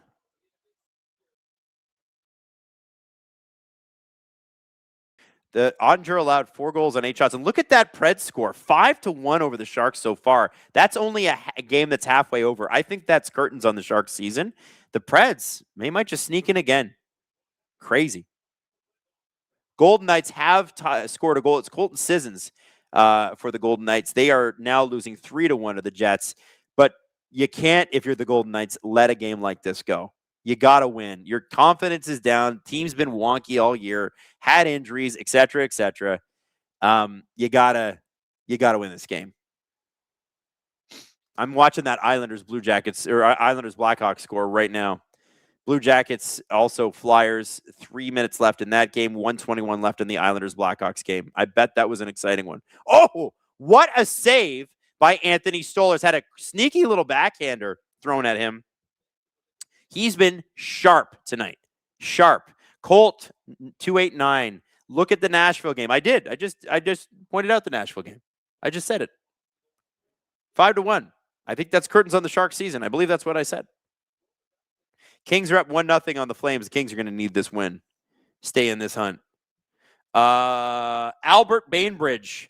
Refs on full display in the Lightning Wylde game tonight. I guess Hayden's been watching that one too because he's a big he says it's a ref show both ways. Here comes Domi. Tries to get the pass to Nyes. Leafs are looking for that 4-2 goal. That's what they want. Because this has been an emotional game. They've stood up for each other. 40 seconds left, by the way, in the Blackhawks-Islanders game. 8:28 left here in the third in Boston. Nyes carries the puck through the neutral zone. Throws it directly to the Bruins defense. Maybe not the greatest pass he's ever thrown. Joshua gets the puck back to Stetcher. To Benoit. Benoit gets across the red line, fires it in to Swayman. And look at that. Leafs moving the puck out there like a real NHL team. Bo Grew, stud of the last 5-6 games. He's had some good penalty killing moments tonight. Not a lot of scoring opportunities. Michelli, Joshua, Bo Grew, a bit of an awkward pairing, but hey, you got to give or you got to take what you can get. Did McMahon just score for Seattle? Yeah, he did. He scored a little while ago. Berube stinks. 26 seconds to go. 4-3 Blackhawks in that game. That's in a really, really important game. Senators, Red Wings is at 2:08, 3-2 Sens. Red Wings outshooting 30-21. And the Hurricanes outshooting the Canadiens 37-18, but losing 4-2. Also less than 3 minutes left in that Blue Jackets-Flyers game. And the Flyers have thrown an empty net up on the board, so they are 6-on-5, trying to get that goal early. Morgan Riley's stick is just blown up here, and there's Fraser Minten, who we thought might be a lock to score tonight. He might just get one here. There is 4 guys on the ice for the Leafs with a stick, and then there's Morgan Riley, who's just trying to cover off a body. Oh, and then his stick is given by Steven Lorentz, and a play in for Elias Lindholm is broken up by the Leafs defense, but he had Anthony Stolarz on the angle. Jacob Quillen making his way in. He's hit by the Boston defense, but he's still able to get that puck down low. Michelli on it. Or so that's not Michelli. That's 53, not 63. Cowan to Nylander. Oh, Nylander missed the handle on that one. It goes back out to Benoit. And that shot is saved by Jeremy Swayman. Jeremy Swayman is the goalie. Crash Test Fita says Dobish plays like he's possessed by Hasek. Man, what a find he's been, especially with the fall off of Montembeault. I think Montembeault's played his last game with the Montreal Canadiens. Can I just throw that out there? There's something really weird that went on there. How do you go from a Four Nations goalie to like third on the roster in one season? One calendar year. Crazy. Meme Empress, refs kind of forgot it's not the reffing show. I'm assuming you're talking about the Lightning Wylde game. Apparently bad on both sides. And it looks like the Blackhawks beat the New York Islanders 4-3. The Islanders lose an enormously important game. They made a good comeback, but they can't get over that horrible first period that they had against the Blackhawks. And that's great news for the Bruins. It's great news for Detroit. It's great news for Ottawa. It's great news, especially for the Columbus Blue Jackets, who are winning 3-1. And it's fantastic news for the Penguins, who are getting their asses handed to them. But at least they won't lose ground on the Islanders. Real big opportunity thrown away by the Islanders here. I don't know if they're going to be able to hang on to that second wild card spot by the end of the night. Girthy Bettman, fun fact for the Knights, Sissons just scored his first power play goal of the season. That's more power play goals than Eichel. Eichel doesn't have any power play goals this season? Really? That's nuts. Cantankerous games. Flyers need a lot more. Arison will be Bobrovsky with a change of scenery. Love the streams and the videos. Go Flyers. Hey, thanks so much for watching. We appreciate you. And I love how many of you were here. He's all alone in a shot. Big save by Jeremy Swayman, who's done a great job of keeping the Bees in this game. If there's one standout player on Boston tonight, it's Jeremy Swayman. He's been vintage. Giggling Cat. Cats are doing their own version of it was 4-1. It looks like they're in OT right now against the Seattle Kraken. We'll see what happens here. So let's look at the completed games thus far. Blackhawks 4-3 win over the New York Islanders. There are 11 games tonight, all of them consequential except for the Capitals and Blues. You want to know the score to that game? It's 1-0 Blues. Yay. Both playoff teams last year. Nobody cares. Hayden is asking, can Macklin Celebrini still win the Hart if the Sharks don't make the playoffs? I don't think so. The year that Taylor Hall won the Hart, Connor McDavid was the best player in the league, and did not win it because the Oilers didn't make the playoffs. And I thought, no disrespect to Taylor Hall, he was amazing that year for New Jersey, but Connor McDavid was the Oilers that year and has continued to be since. And to me, of all the Hart trophies in the last 15 years that have been handed out, that is the one that I question the most. I still think Connor should have won it. I don't think Macklin's going to win it this year, even if they do make the playoffs. I think it would be Kucherov. I think it would be McDavid. I think it would be somebody else. Senators, look, they are 8 seconds away from beating the Detroit Red Wings. That's another enormous game with enormous ramifications. If the Senators are able to get through the next 8 seconds, which I think they can handle, the Ottawa Senators will be at 85 points, tying them with the New York Islanders, but they have more regulation wins, so that will officially bump the Islanders out of the playoff picture this evening. The Pittsburgh Penguins are losing. The Blue Jackets are about to move up, and the Detroit Red Wings losing this game to the Senators. Not only did the Senators jump them and also jump the Islanders, but the Detroit Red Wings will now be 2 teams out of a playoff spot and 2 actual points, which means to get ahead, you need a win and at least an overtime loss to get ahead. That is bad news for Detroit with 10 games to go. Oh, Hayden, that's too early of a question. We can't be asking who gets fired if the Detroit Red Wings don't make the playoffs. Far too early. Far too early. I think there's some questions there, but I don't think they're firing Stevie Y. The Penguins have scored a second goal. Ricard Raquel with his 15th of the year. 5-2 Avalanche. Wylde and Lightning are in the second intermission, tied 3-3. Looks like it's an exciting game. Might have to watch that when I get home. James Bircher, fire that mother-loving cannon. Adopt the Blue Jackets for the playoffs, Adam. Buddy, they've got the magic. This Rick Bowness and the Blue Jackets, man. They have officially won the game. The Flyers did get another goal. 3-2 is the final there. The Blue Jackets, big save by Stollers on Mason Lohrei. Blue Jackets, 3-2. They did not even get 20 shots on the Flyers, but it did not matter. That's enormous. Another enormous win. Senators beating the Red Wings. Blackhawks beating the Islanders. Blue Jackets beating the Flyers. Guys, what a night of hockey. All states their standings in real time. They do not. Fart and boo and tomato. Montreal Canadiens, by the way, are now officially going to be, once this game is over, are they going to be behind Tampa? They'll probably keep pace with Tampa. The Sabres are going to win this division. It's so crazy. Unbelievable. Kriska says, if the Wings miss one of the most heartbreaking collapses in recent memory, it will be something that we have, it has to be studied.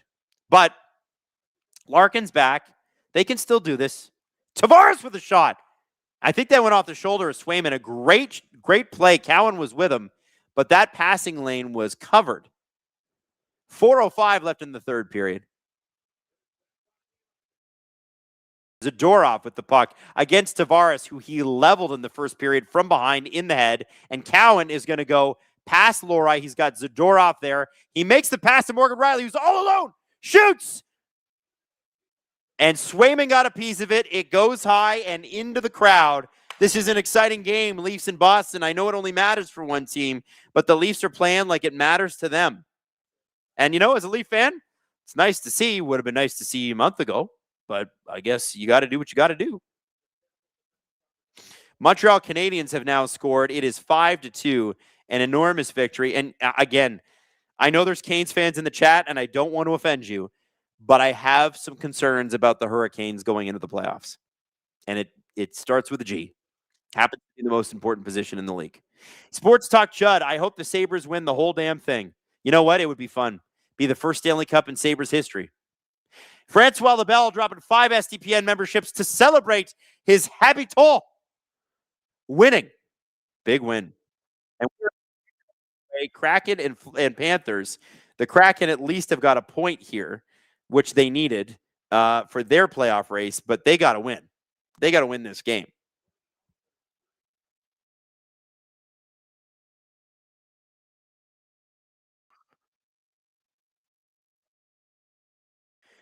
Minnesota Wild and Tampa, by the way, have 13 penalties in their game. The Leafs and Boston have 11 in theirs. Lots of penalties tonight. But here's the thing. The Lightning and Wild are only in the second intermission. Evan Richter, with the Canes loss tonight, if the Sabres win tomorrow, they will be the #1 Eastern Conference team. Since his leave of absence, Dahlin has been well over a point a game and should win the Hart. I don't know if he's going to win the Hart. I think that's probably going to go to Kucherov. Kucherov, and by the way, Kucherov deserves it. I know you don't want to hear that. Oh, Nylander away, shoots, and it was a 2-on-0. He had Robertson with him. 2-on-0. And could not score. And the reason I say Kucherov should win, look at Nikita Kucherov's points since January 1st and tell me he doesn't deserve the Hart Trophy. Just that alone. I think it was on Monday in his previous 3 games, he had 12 points. No disrespect to Rasmus Dahlin, who's had an incredible year and had some scares too. Let's talk about, we don't want to talk too much about his personal life, but we all know what happened with his fiance. And I'm so glad she's healthy. It's interesting. It's an interesting thing. I just think Kucherov's got to be the guy. Jeremy Swayman is now out of the net. 95 seconds left in this game, and this would be a brutal loss to the Toronto Maple Leafs if the Bruins do lose this one. You could probably blame Zadorov for it, but it's a little early. We'll see. Senators have won. Blue Jackets have won. Blackhawks beat the Islanders. Still can't believe it. Canadians beat the Hurricanes. And the Stars are coming back against the Devils. Devils were up 4-1 at one point. It is now 4-3. Boston didn't call a timeout here, which is surprising. You'd think they would want to rest their guys. Aerosmix 23. 3-point night for Nick Lardis and first NHL point for Frondell. Some exciting times for Hawks fans. Let's continue playing spoiler. It is an exciting time for Hawks fans. Oh, and it looks like Boston just took a penalty. Oh, you silly billies. And the Leafs shoot the puck down, but it's a delayed penalty and it's an icing. Brandon Carlo almost scored his first goal of the year. Middlestat's pissed because he tripped Brandon Carlo up. I think it was Brandon Carlo he tripped. And I think he just sewered Boston's chances of scoring this tying goal. 1:04 left. It's not a 6-on-5 anymore. Yeah, Middlestat gets his stick right in on Nyes. He's just out of position. There's just no need for that. Just a dumb play. Oh, you wanted Carlo to get that goal. I don't want the Leafs to win tonight. Let me make this clear. But it is what it is. It's been a good game for them, and it's nice to see. Habs Wings fan, Adam, if the Wings don't make it, Steve should 100% rub the Red Sabres in. He shouldn't be afraid to be right. Listen, man, I've been getting it from Detroit fans for years. Steve called them the Red Sabres this year in the season preview and has not been allowed to forget it. There'll be some dancing if it happens, but I also feel bad for Wings fans. I've been there. I've seen teams collapse. My team specifically collapse time after time after time. I don't relish that part of it. Colt 289, Leafs need an opening presser with next coach like Dan Campbell gave with the Detroit Lions, if you know what I'm talking about. Hell yeah. He came in and he was like, we're gonna bite their faces off, and then we're gonna get punched, and then we're gonna get back up, and then we're gonna bite their faces again. I love that. Oh, Tavares is gonna beat out this icing. It is an empty netter out front to Nylander, and he scores. He put it off the post. It's either Nyes or Nylander. I don't know who scored. It's one of the two, but the Toronto Maple Leafs are going to win a game. Giggling cat, because the Cats won. Panthers win. 20 SDPN memberships. Thank you, Giggling Cat. We love you. Victory, never yours. This is not a part of the plan. It is not, but hey, it looked good. Whatever. All right, who scores this? Tavares wraps it around. Nylander puts it off the post. Nyes is the one that scores the goal. So it is Nyes that scores. Nylander did not get the empty netter. Nyes made sure it got in. Crazy. Power Pat 2-2-1 go. Leafs go. Signed to Habs fan. Buddy, I think the Leafs are actually going to come through for people tonight. The Habs or the Bruins did not have it. They did not have it tonight. They were bad. Imagine losing to the Leafs in the year 2026. It couldn't be me. Couldn't be me. Tyson Barnett dropping 5 SDPN memberships. Let's go, baby. Let's talk a little bit about this. This is major. Hayden's asking how much money is lost on Minton not getting a point. That's a good point. So the Ottawa Senators have 85 points. They're going to push the New York Islanders down. The Columbus Blue Jackets have jumped ahead of the Penguins to second in the division. I don't know if the Bruins are that negatively affected by this loss. Obviously, it sucks. But Ottawa beat Detroit. So you're not worried about Detroit tying with you if you're a Bruins fan right now. The Islanders have been pushed down. Detroit's been pushed down. Ottawa has moved up back into a playoff spot. They are in the second wild card spot as we speak. And yeah, the Bruins are actually going to get away with one here. I know they lost, but they, and they did have a beautiful opportunity here to keep pace with the Canadians, but they didn't. The Canadians have 88 points. The Bruins still stuck at 86. Bruins are still in the playoff spot. So the Bruins are lucky tonight to get away from this without a lot of damage, but it would have been nice for them to get their 40th win on the season. Crazy, crazy, crazy. Justin Fisher said Toronto won the Carlo trade. It's official. They won it. It's ours now. You can't have Carlo back. He belongs to us, okay? And Carlo almost scored that empty netter. What a crazy night of hockey. Looking around the league, let's go do the scoreboard run one more time. So the Penguins are going to lose 6-2, 38 seconds to go. Penguins are going to lose. Wylde and Lightning are playing. That's a game between two good teams, but neither of them really care. Capitals and Blues, again, we don't care about that game. I mean, I'm sure the Wylde and Lightning care about that game, but it doesn't affect the standings all that much. I guess, if anything, the Lightning would try to keep pace with the Sabres, and the Wylde are trying to keep pace with the Dallas Stars, who are currently losing to the Devils. The Sharks are just getting beat up by the Predators. Will Smith just scored, but it was 5-1. It's now 6-2 Preds. And I keep saying it could be curtains on the Sharks season. I hope not, but they might just not have enough juice to be there. The Devils are beating the Stars. If you're a Minnesota Wild fan, you like that because you want to catch those Dallas Stars and potentially steal home ice advantage from them, although it's a 5-point spread with 10 games to go after tonight. It doesn't seem overly likely. The Golden Knights have scored, but the Jets are still beating them 3-1. This is the second intermission. The Golden Knights better come out hard in the third, and one of the things they struggle with the most, scoring goals. Scoring goals. Ottawa now 1 point back, as Chuggaland points out. Ottawa is now 1 point back of the Boston Bruins. Can you imagine? Here's a scenario that could happen. You guys ready for this? Can you imagine a scenario where both the Detroit Red Wings and the Boston Bruins miss? Everybody's been talking about how great Boston's retool's been, and it has to this point of the season. They've been in the playoffs most of the year. But it's entirely possible that the Senators get in and that the Islanders get back in. Now, the Islanders have played more games than the Bruins, but man, I don't know. This is crazy. Bruins are 5-3-2 in their last 10. Coming in tonight, the Islanders were 5-5-0. Detroit 4-4-2, and the Ottawa Senators just continue tearing it up 8-2-0. Unbelievable, unbelievable night. This is crazy. Listen, my Christmas as a Leaf fan and as a guy that talks about this sport would be Boston and Detroit missing, and it's not because I don't. First off, Boston fans have always been hilarious chirpers. I always have a good time. Detroit fans have been a little angry at me this year, and they've been very angry at Steve. God, you guys never believed in us. my thing is always, I'll believe you when you do it. Hasn't been done yet. It might still get done.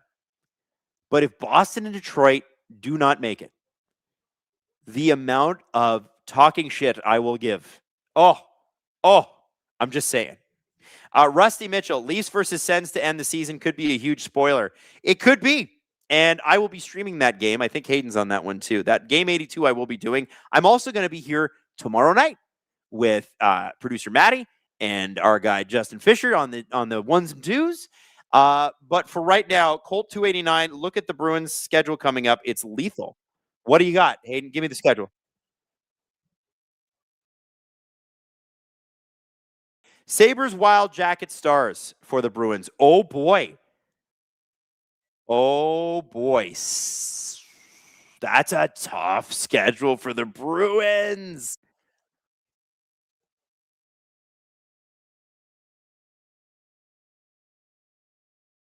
They have a back-to-back Columbus, Minnesota, 5 p.m. Back-to-back with travel in Minnesota and then in Columbus. Good luck. Guys, it's spicy out here in the Eastern Conference. And hey, as a Leaf fan, it's kind of nice sometimes to play a little bit of a spoiler at least. William Nylander, by the way, has tied his father tonight in career points, 679. Good for him. Good for him. Really good. Really, really good. So we'll see what happens here. Ottawa Senators are on a tear. We always knew they were a good team. They just didn't get any goaltending. And look at that. They're getting goaltending and all of a sudden kicking some serious ass. So I'm going to see you guys a couple of times tomorrow because I got the Steve Dangle podcast with Steve and Jesse. Maybe you've heard of them.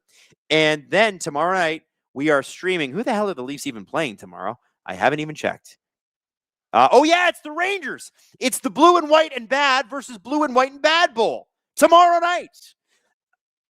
Yeah, Battle of the Blue Basement. Battle of the Blue Room, you could call it. Giggling Cat, oh, well, the Devils still have 13 games. How? I know.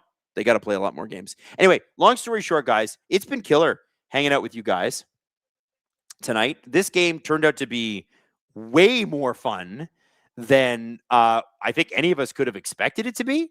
And this kicks ass.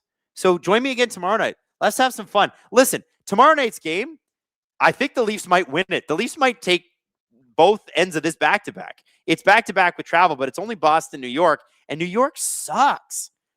I don't know. If we're not going to get into the top 5, let's have some fun, right? Or the bottom 5. That's what I mean. Anyway, see you tomorrow. See you tomorrow during the day. See you tomorrow at night. Love you all. And a big thank you to producer Hayden and to Robert Malloy, who ran the chat tonight. Love them both, too. They're great people. Okay, we'll see you then.